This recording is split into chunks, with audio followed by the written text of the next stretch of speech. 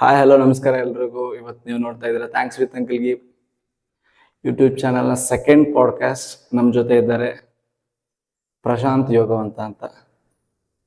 ಎಲ್ರಿಗೂ ಗೊತ್ತು, ಇತ್ತೀಚಿನ ದಿನಗಳಲ್ಲಿ ಯೋಗ ಅನ್ನೋದೆಷ್ಟು ಪ್ರಾಮುಖ್ಯತೆ ಪಡ್ಕೊಂಡಿದೆ. ಸೊ ನಮ್ಮೆಲ್ಲರ ಪ್ರೀತಿಯ ಯೋಗ ಗುರುಗಳು ನಮ್ಮ ಜೊತೆ ಇದ್ದಾರೆ. ವೆಲ್ಕಮ್ ಟು ಅವರ್ ಚಾನಲ್ನ.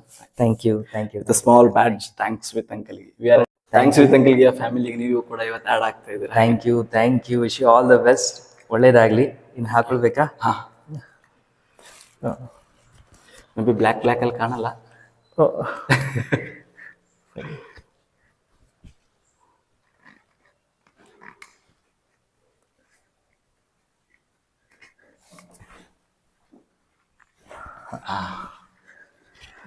Welcome to our thanks with ಅಂಕಲ್ಗಿ ಫ್ಯಾಮಿಲಿ ಪಾಡ್ಕಾಸ್ಟ್ ಚಾನಲ್ ಫ್ಯಾಮಿಲಿ. ಧನ್ಯವಾದ. Wish you all the best. ಒಳ್ಳೇದಾಗ್ಲಿ. ಹೆಂಗ್ ನಡೀತಾ ಇದೆ ಕ್ಲಾಸಸ್ ಎಲ್ಲ? ಹೆಂಗ್ ನಡೀತಾ ಇದೆ ಜೀವನ? ಕ್ಲಾಸ್ ಎಲ್ಲ ಚೆನ್ನಾಗಿ ನಡೀತಾ ಇದೆ. ಸೊ ಈಗ ಒಂದು ಸ್ಟುಡಿಯೋ ಓಪನ್ ಮಾಡಿದೀವಿ. ಸೊ ಇಷ್ಟು ದಿವಸ ಎಲ್ಲ ಬರೀ ಕಾರ್ಪೊರೇಟ್ ಕಂಪ್ನೀಸು ಮತ್ತೆ ಸ್ಕೂಲ್ಸು, ಸೊ ಮತ್ತೆ ಪರ್ಸನಲ್ ಕ್ಲಾಸಸ್ ಇದನ್ನೇ ತಗೊಳ್ತಾ ಇದ್ವಿ. ಈಗ ಒಂದು ಯೋಗ ಸಂಸ್ಥೆ ಅಂತ ಮೊದಲಿಂದಾನೇ ಇತ್ತು. ಆದ್ರೆ ಕೋವಿಡ್ ಆದ್ಮೇಲೆ ಒಂಥರ ಎರಡನೇ ಜನ್ಮನ ತರ ಆಗ್ಬಿಟ್ಟಿದೆ. ಅದೊಂದು ಜೀವನ ಇದೊಂದು ಜೀವನ ತರ ಆಗ್ಬಿಟ್ಟಿದೆ. ಸೊ ಮೊದಲೆಲ್ಲ ಬೇರೆ ಬೇರೆ ಸ್ಟುಡಿಯೋ ಟೈಪ್ಸ್ ಎಲ್ಲ ಆಯ್ತು. ಇವಾಗ ನಮ್ದೇ ಒಂದು ಸೆಂಟರ್ ಓಪನ್ ಮಾಡ್ಕೊಂಡು ಮಲ್ಲತ್ತಹಳ್ಳಿ ಬೆಂಗಳೂರಿನಲ್ಲಿ ಸೊ ನಡೀತಾ ಇದೆ. ನಿಮ್ದೇ ಸ್ವಂತ ಜಾಗದಲ್ಲಿ ಇದ್ದೀರಾ? ಅಂದ್ರೆ ಸ್ವಂತ ಒಂದು ನಮ್ದೇ ಸ್ಟುಡಿಯೋ ಏನಾಗುತ್ತೆ. ಅದಕ್ಕೂ ನಮ್ದೇ ಸ್ಟುಡಿಯೋಗೂ ನಾವು ಬೇರೆ ಕಡೆ ಕೆಲಸ ಮಾಡೋದಕ್ಕೂ ಬಹಳ ವ್ಯತ್ಯಾಸ ಇದೆ. ಇಲ್ಲಿ ನಮ್ಗೆ ಏನ್ ಬೇಕೋ ಅದನ್ನ ನಾವು ಇಂಪ್ಲಿಮೆಂಟ್ ಮಾಡ್ಕೊಳ್ಬೋದು. ಅಂತ ಮನೇಲಿ ಅಡಿಗೆ ಮಾಡ್ದಂಗೆ ನಮ್ಗೆ ಇಷ್ಟ ಬಂದ್ರೆ ನಾವು ಮಾಡ್ಕೊಳ್ಬೋದು. ಯಾವ ಬೇಕಾದ ಟೈಮಲ್ಲಿ ಮಾಡ್ಕೋಬಹುದು. ಸೊ ಹಾಗೆ ಸೊ ಬೇರೆ ಕಡೆ ಕ್ಲಾಸ್ ತಗೊಳ್ಬೇಕಾದ್ರೆ ನಮ್ಗೊಂದು ರೆಸ್ಟ್ರಿಕ್ಷನ್ಸ್ ಇರುತ್ತೆ. ಸೊ ಹಿಂಗೆ ಇರ್ಬೇಕು, ಈ ತರನೇ ಮಾಡ್ಬೇಕು ಅನ್ನೋದೆಲ್ಲ. ಸೊ ಇಲ್ಲಿ ಯಾವ್ದು ರೆಸ್ಟ್ರಿಕ್ಷನ್ಸ್ ಇರಲ್ಲ. ಸೊ ನಮ್ದು ಏನು ನಮ್ಮ ಮನಸ್ಸಿನಲ್ಲಿ ಏನಿದೆಯೋ ಅದು ನಾವು ಇಂಪ್ಲಿಮೆಂಟ್ ಮಾಡೋದಕ್ಕೆ, ಸೊ ಅನುಷ್ಠಾನಕ್ಕೆ ಬರೋದಕ್ಕೆ ಸೊ ಸಹಾಯ ಮಾಡುತ್ತೆ. ಸೊ ಚೆನ್ನಾಗಿದೆ. ಈ ಫೀಲಿಂಗ್ ಒಂಥರ ಚೆನ್ನಾಗಿದೆ. ವಾಟ್ ಈಸ್ ಯೋಗವಂತ ಅಂದ್ರೆ ಏನಂತ ಹೇಳ್ಬೋದಾ? ಬಿಕಾಸ್ ನೀವು ಎಷ್ಟೋ ಜನ ಯೋಗ ಫೀಲ್ಡ್ ಅಲ್ಲಿ ಇರೋರಿಗೆ ಪ್ರಶಾಂತ್ ಅನ್ನೋಕಿನ್ನ ಯೋಗವಂತ ಪ್ರಶಾಂತ್ ಅಂತಾರೆ ತುಂಬಾ ಫೇಮಸ್ ಆಗಿದ್ದೀರಾ. ಸೊ ಹಂಗಾಗಿ ವಾಟ್ ಈಸ್ ಯೋಗವಂತ ಅಂದ್ರೆ ಏನು? ಅದನ್ನೇ ಒಂದು ಕಥೆ ಇದೆ. ಮೊದಲು ನಮ್ದು ಬಂದು ಫಸ್ಟ್ ಶುರು ಮಾಡಿದ್ದು ಅವರ ಯೋಗ ವರ್ಲ್ಡ್ ಅಂತ ಶುರು ಮಾಡಿದ್ವಿ. ಅವರ ಯೋಗ ವರ್ಲ್ಡ್ ಹೆಂಗಾಗೋಯ್ತು ಅಂದ್ರೆ ಎಷ್ಟೊಂದು ಅವ್ರ ಅನ್ನೋದು ಅದು ಎಕ್ಸ್ಪ್ಲೈನ್ ಮಾಡಿದ್ರೆ ಒಂದ್ ಸ್ವಲ್ಪ ಅವ್ರ ಅಂದ್ರೆ ಪ್ರಭಾವಳಿ ಅಂತ ಅರ್ಥ ಬರುತ್ತೆ. ಆ ಉದ್ದೇಶದಿಂದ ನಾವು ಮಾಡಿದ್ವಿ. ಯೋಗದ ಏನು ಪ್ರಭಾವಳಿಯನ್ನ ಎಲ್ಲ ಕಡೆ ಪ್ರಸರಿಸೋಣ ಈ ತರ ಅನ್ಕೊಂಡು ನಾವು ಅಭ್ಯಾಸ ಶುರು ಮಾಡಿ ಎಷ್ಟೊಂದು ಅರ್ಥನೇ ಆಗ್ತಿರಲಿಲ್ಲ. ಏನ್ ಅವ್ರ ಅಂದ್ರೇನು ಅಂತ ಕೇಳ್ತಾ ಇದ್ರು. ಸೊ ಇದು ಯಾಕೋ ಸರಿ ಹೋಗಿಲ್ಲ ಅಂದ್ಬಿಟ್ಟು ಆಮೇಲೆ ಕ್ಲಾಸಿಕ್ ಫಿಟ್ನೆಸ್ ವೆಸ್ಟರ್ನ್ ಟಚ್ ಇರ್ಲಿ ಅಂದ್ಬಿಟ್ಟು ಕ್ಲಾಸಿಕ್ ಫಿಟ್ನೆಸ್ ಯೋಗ ಅಂತ ಇದ್ವಿ.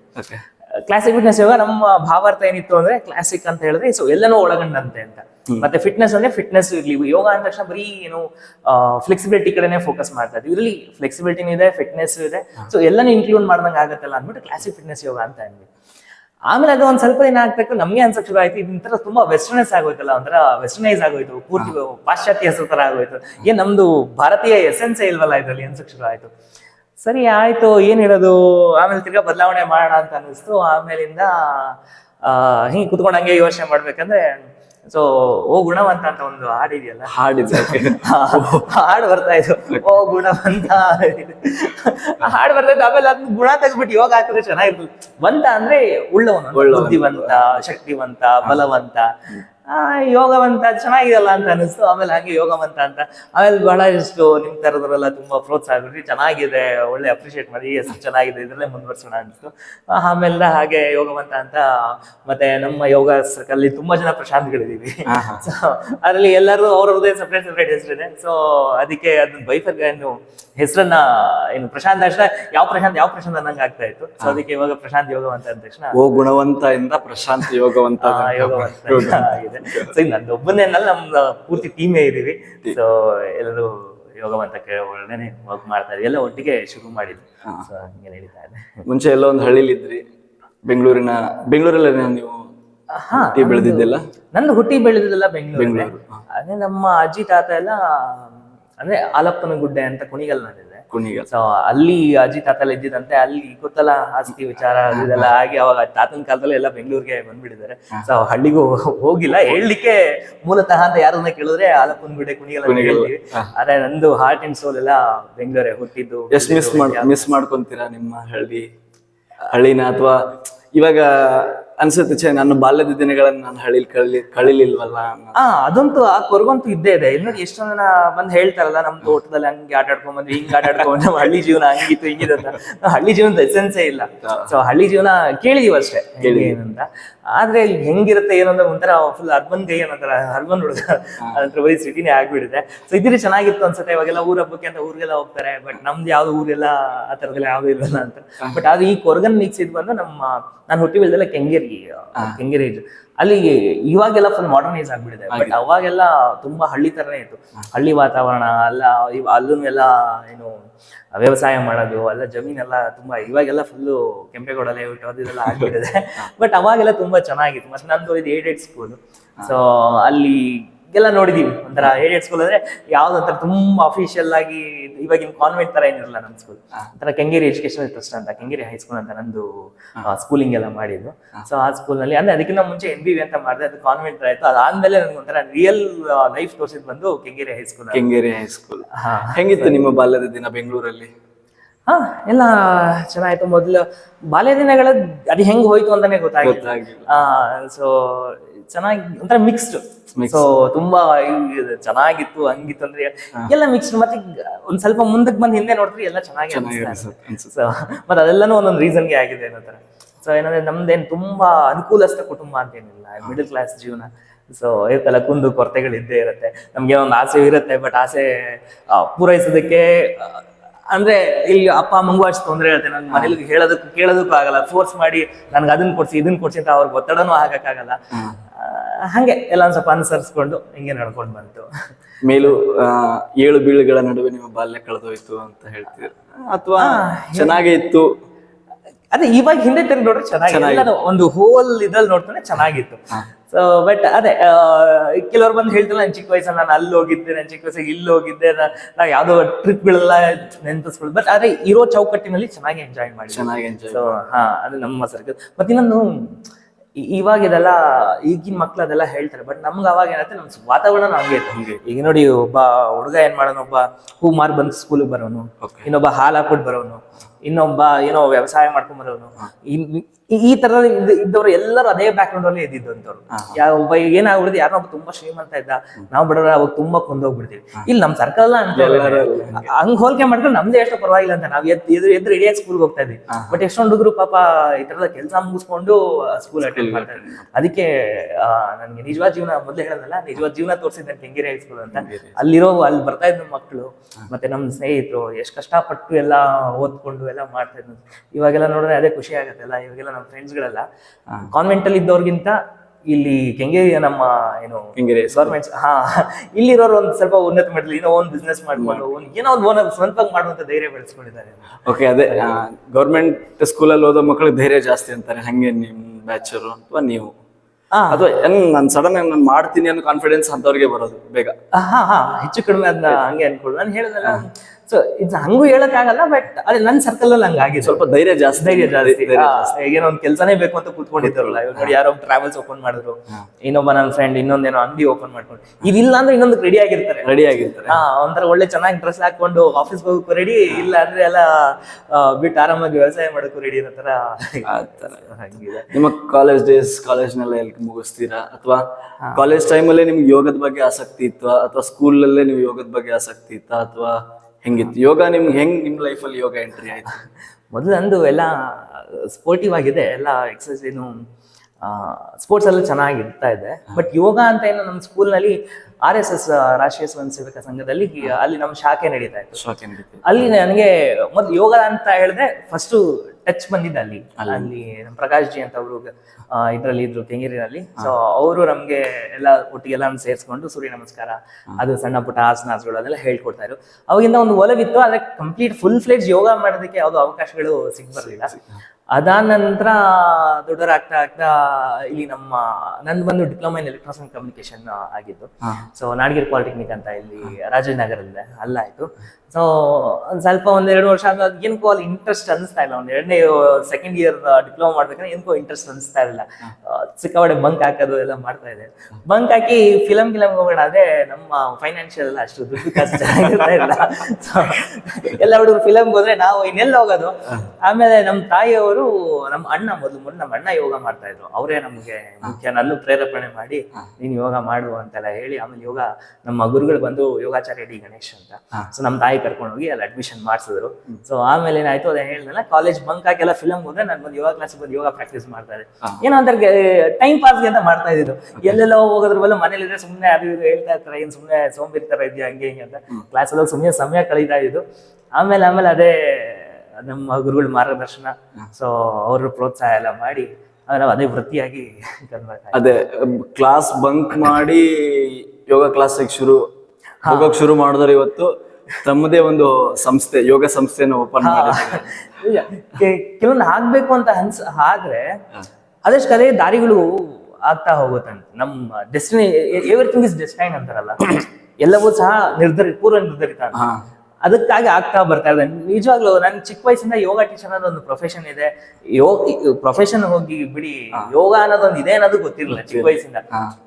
ಏನೋ RS ಅಲ್ಲೂ ಯೋಗ ಅಂತ ಹೇಳ್ಕೊಡ್ತಾ ಇರಲಿಲ್ಲ.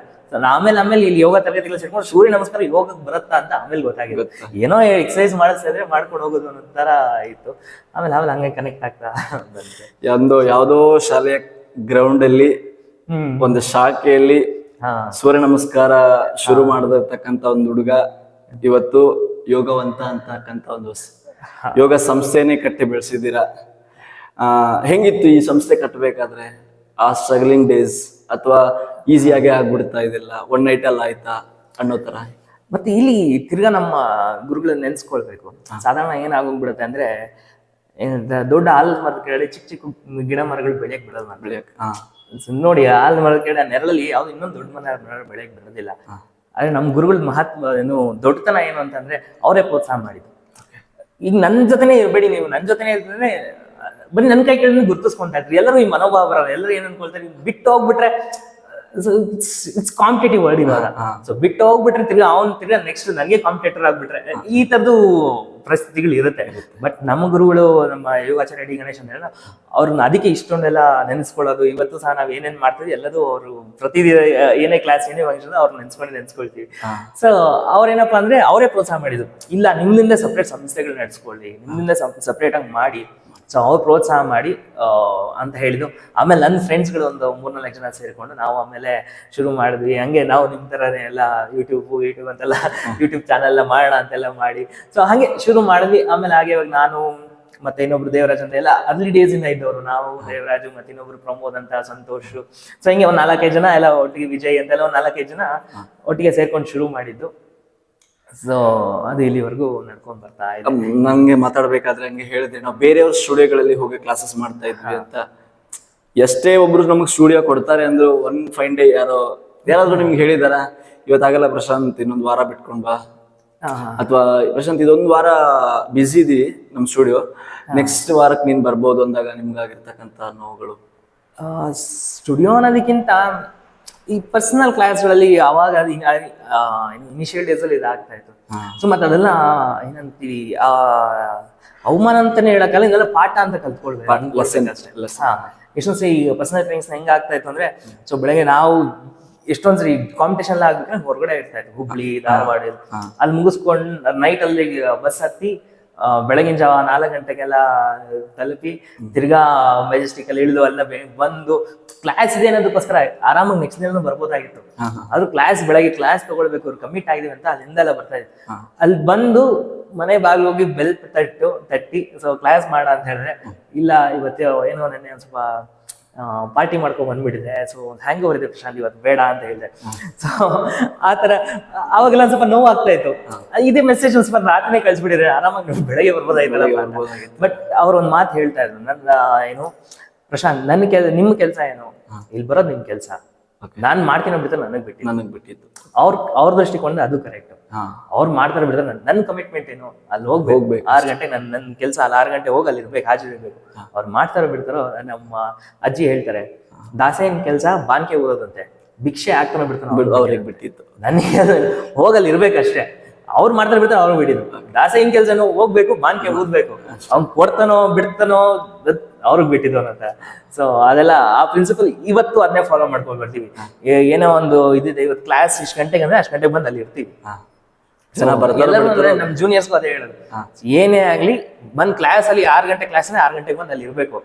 ಯಾರು ಬರ್ತಾರೆ ಬಿಡ್ತಾರೆ, ಯಾವ ಕ್ಲಾಸ್ಗೆ ಯಾರು ಬರ್ತಾ ಇಲ್ಲ, ಆ ತರದೆಲ್ಲ ಇಲ್ಲಿ ಕಮಿಟ್ಮೆಂಟ್ ಅಂದ್ರೆ ಕಮಿಟ್ಮೆಂಟ್ ನಾವ್ ಇರ್ಬೇಕಲ್ಲಿ. ಆಮೇಲೆ ಮಿಕ್ಕಿದೆಲ್ಲ ಕೋರ್ಟ್ ಯಾವತ್ತೋ ಸಾರಿ ಏನ್ ಬಾಲ್ ಯಾವತ್ತೋ ಆಪೋಸಿಟ್ ಕೋರ್ಟ್ ಅಲ್ಲಿ ಬೇಕು, ನಮ್ ಕೋರ್ಟ್ಗೆ ಹಾಕೊಂಬಾರ್ದು, ನಮ್ಮ ಮೇಲೆ ಬ್ಲೇಮ್ ಹಾಕೊಳ್ಳುವಂಥದ್ದು ಬೇಡ ಅಂತ.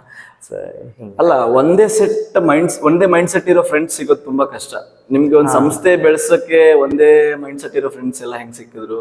ಅವರೆಲ್ಲ ಸ್ಕೂಲ್ ಫ್ರೆಂಡ್ಸಾ ಅಥವಾ ಯೋಗದಿಂದ ಸಿಕ್ಕವ್ರ ಅಥವಾ ನಿಮ್ಮ ಕಾಲೇಜ್ ಡೇಸ್ ಅವರ, ಯಾವ ತರ? ಮತ್ತೆ ಎಲ್ಲ ಸ್ಟ್ರಗಲ್ ಮಾಡ್ತಾ ಇದ್ರು. ಈ ಯಾವ ಕಾಮನ್ ಪ್ಲಾಟ್ಫಾರ್ಮ್ ಅಂತ ಒಂದ್ ಇರ್ಬೇಕು. ನೀವು ಹೇಳಿದಂಗೆ ಸ್ಕೂಲ್ ಫ್ರೆಂಡ್ಸ್ ಆದ್ರೆ ಒಂದು ಕಾಮನ್ ಪ್ಲಾಟ್ಫಾರ್ಮ್, ಮತ್ತೆ ಕಾಲೇಜ್ ಫ್ರೆಂಡ್ಸ್ ಅಂದ್ರೆ ಕಾಮನ್ ಪ್ಲಾಟ್ಫಾರ್ಮ್ ಹಿಂಗಿರುತ್ತೆ. ನಮ್ದು ಕಾಮನ್ ಪ್ಲಾಟ್ಫಾರ್ಮ್ ಏನಪ್ಪಾ ಅಂದ್ರೆ ಎಲ್ಲರೂ ಸ್ಟ್ರಗಲ್ ಮಾಡ್ತಾ ಇದ್ರು. ಎಲ್ರು ಅವಾಗ ತಾನೇ ಯೋಗ ಪ್ರೊಫೆಷನ್ ಶುರು ಮಾಡ್ತಾ ಇದ್ರು.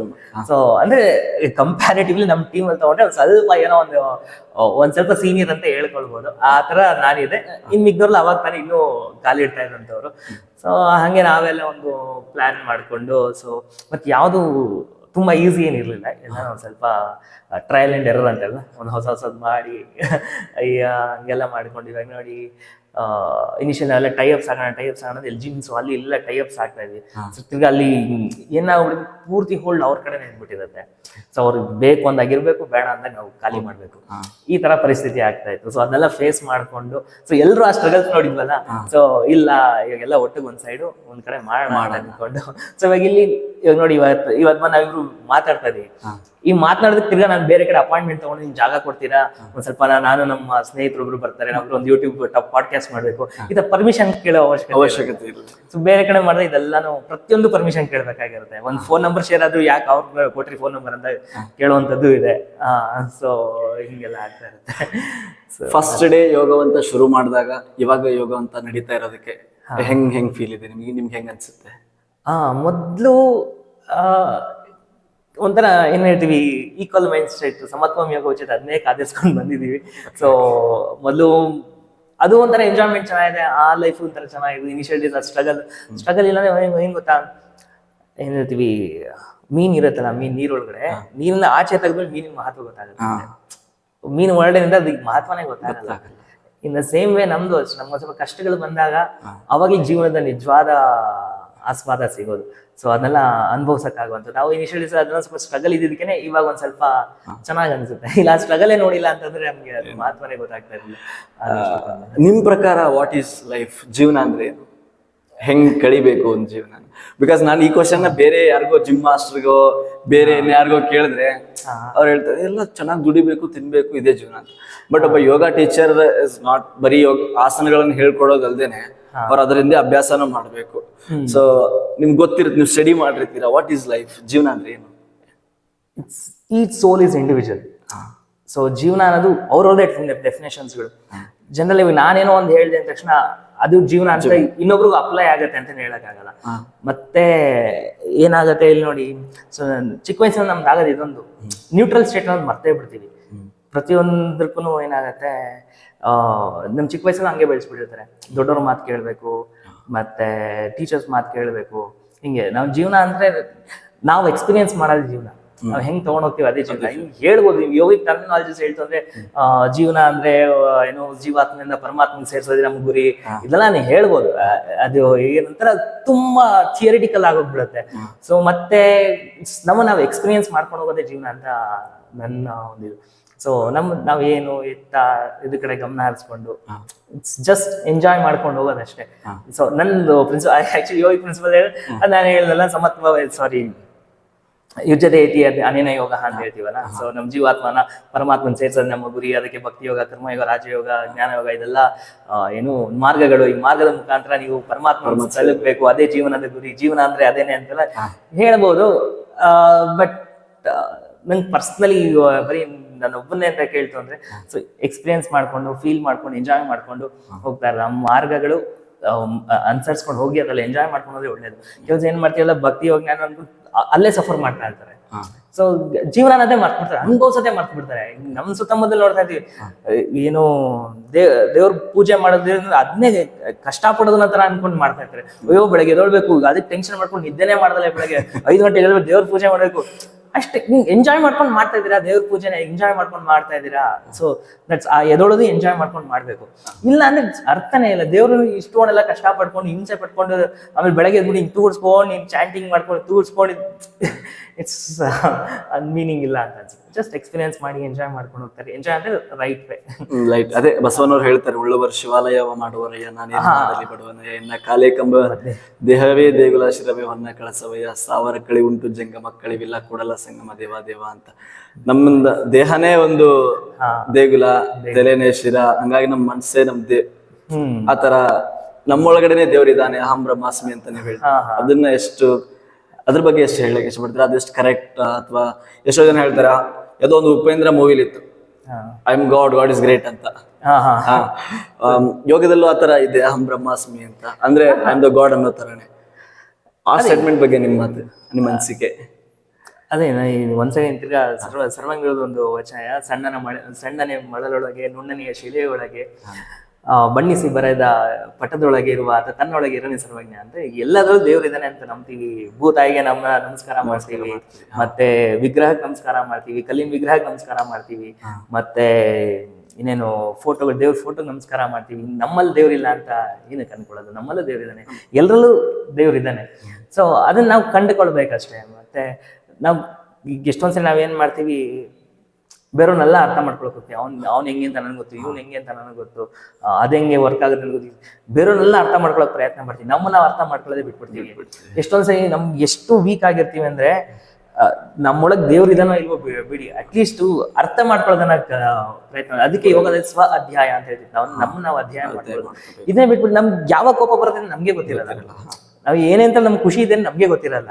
ಅದ್ ನಿಂತ್ಕೊಂಡು ನಾವು ಒಂಥರ ಹೆಂಗಾಗ್ಬಿಟ್ಟಿದೆ ಲೈಫ್ ಅಂತ ಹೇಳಿದ್ರೆ, ಒಂಥರ ದೇವ್ರ ದರ್ಶನ ಮಾಡಕ್ಕೆ ಕ್ಯೂನಲ್ಲಿ ನಿಂತ್ಕೊಳ್ಳೋದು ತಿರುಪ್ತಿನಲ್ಲಿ ಹಂಗಾಗೋಗ್ಬಿಡುತ್ತೆ. ಸುಮ್ಮನೆ ನಿಂತಿರೋ ಸಾಕು, ಜನಗಳೇ ದರ್ಶನ ಮಾಡಿ ಮತ್ತೆ ನಾವು ಹಿಂಗ್ ಇದೇ ರಶಲ್ಲಿ ಹೋಗ್ಬಿಟ್ಟು ಯಾವಾಗ ನಮ್ಗೆ ಆ ಸಾವಿಗೆ ಹತ್ರ ಬಂದ್ಬಿಟ್ಟು ಅನ್ನೋದು ನಮ್ಗೆ ಗೊತ್ತಿಲ್ಲ. ಯಾವಾಗ ಏಜ್ ಆಗೋಯ್ತು ಇವಾಗ ನೋಡಿ. ಎಷ್ಟೊಂದ್ಸರಿ ನಾನೇ ಕುತ್ಕೊಂಡು ಯೋಚನೆ ಮಾಡ್ತಾ ಇರ್ತೀನಿ, ನನ್ನ ಏನು ಅಣ್ಣ ಇಂದ ಅಂಕಲ್ ಯಾವಾಗ ಅದೇ ಅಂತ ಗೊತ್ತೇ ಆಗ್ಲಿಲ್ಲ.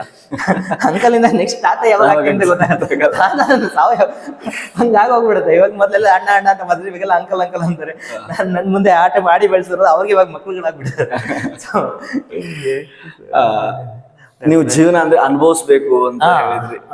ಒಳ್ಳೆ ರೀತಿಲಿ ಅನುಭವಿಸೋದು ಅಂದ್ರೆ ಆಮೇಲೆ ತಿರ್ಗಾ ಈಗ ಅದು ಎರಡರ ಅರ್ಥ ಬಂದ್ಬಿಡುತ್ತೆ. ಅನುಭವಿಸೋ ಅಂದ್ರೆ ಕುಡ್ಕೊಂಡು ತಿನ್ಕೊಂಡು ಸೀರಿಯಸ್ ಇರ್ಕೊಂಡು ಅದು ಅನುಭವಿಸೋದು ಅಂತ ಹಂಗೂ ಅರ್ಥ ಬಂದ್ಬಿಡುತ್ತೆ. ಸೊ ಲಾಂಗ್ ಟೈಮ್ ಅಲ್ಲಿ ನಿಮ್ಗೆ ಏನಪ್ಪ, ಅದ್ ಎಂಡ್ ಆಫ್ ದ ಡೇ ಸಾಯ್ಬೇಕಂದ್ರೆ ನಂಗೆ ಅನ್ಸ್ಬೇಕು, ತೃಪ್ತಿಯಾಗಿ ಒಂದು ಸ್ಯಾಟಿಸ್ಫ್ಯಾಕ್ಷನ್ ಸಾಯ್ಬೇಕು ಅಂತ. ಏನೋ ಒಂದು ಕೊನೆಯಲ್ಲಿ ಒಂಚೂರು ಹಂಗೆ ಏನೋ ಫ್ಲಾಶ್ ಬ್ಯಾಕ್ ಅಂತ ಹೋದ್ರೆ ಒಂದು ಸಾರ್ಥಕವಾದ ಜೀವನ ಮಾಡದ್ನಪ್ಪ ಅನ್ನೋದೊಂದು ಅದೊಂದು ಸ್ಯಾಟಿಸ್ಫ್ಯಾಕ್ಷನ್ ಇರ್ಬೇಕು. ಅವಾಗ್ಲೂ ಕೊರಕೊಂಡು ಸಾಯ್ತೀನಿ ಅಂತಂದ್ರೆ ಅದು ಏನು ಲೈಫ್ ಒಂಥರ ಹಾಳು ಮಾಡ್ತಾರೆ. ಹಂಗೆ ನೀವು ಅನುಭವಿಸ್ಬೇಕು ಅಂತಂದಾಗ ನನ್ನ ತಲೆಯಲ್ಲಿ ತಕ್ಕಂತ ಬಂದಿದ್ ಕ್ವಶನ್, ನಿಮ್ಮ ಕಾಲೇಜ್ ಡೇಸ್ ಎಲ್ಲ ಹೆಂಗಿತ್ತು, ಅದನ್ನೆಲ್ಲ ನೀವು ಹೆಂಗ್ ಅನುಭವಿಸಿದ್ರಿ? ಬಿಕಾಸ್ ಈ ಕ್ವಶನ್ಸ್ ಏನಕ್ಕೆ ಅಂದ್ರೆ, ನಾವು ತುಂಬಾ ಡೀಪ್ ಆಗಿ ಒಂದು ಟಾಪಿಕ್ ಬಗ್ಗೆ ಮಾತಾಡಕ್ ಹೋಗ್ಬಿಟ್ರೆ ಜನರಿಗೆ ಬೋರ್ ಆಗ್ಬಿಡುತ್ತೆ. So they will ask some changes. ಅದಕ್ಕೆ ಕಾಲೇಜ್ ದಿನಗಳು ಹೆಂಗಿತ್ತು, ಇವಾಗಿನ ಕಾಲೇಜ್ ದಿನಗಳಿಗೂ ಅಥವಾ ನೀವು 10 ವರ್ಷ ಹಿಂದೆ ಕಾಲೇಜ್ ಮಾಡಿರೋದು ಅನ್ಸುತ್ತೆ, ಅವಾಗಿದ್ದಕ್ಕೂ ಹೆಂಗಿತ್ತು? ಹೇಳ್ಬೇಕ್ರೆ ಕಾಲೇಜೇ ನಾವೇನಂತ ಏನು ತುಂಬಾ ಬರೀ ಓದೋದು ಅಷ್ಟೇ. ಓದೋದು ಅಂದ ತಕ್ಷಣ ಏನು ತುಂಬಾ ಬುಕ್ ವಾಮ್ ತರನು ಏನಿಲ್ಲ, ಅಂದ್ರೆ ಏನು ಸಿಕ್ಕಾಪಟ್ಟೆ ಅನ್ನೋ ಇಂಟೆಲಿಜೆಂಟು ಫುಲ್ಲು ಆ ತರನು ಏನಿಲ್ಲ. ಒಂದು ಮೀಡಿಯಮ್ ಆಗಿ ಆವರೇಜ್ ಆಗಿ ಓದ್ಕೊಂಡೇ ಇದ್ದವನು.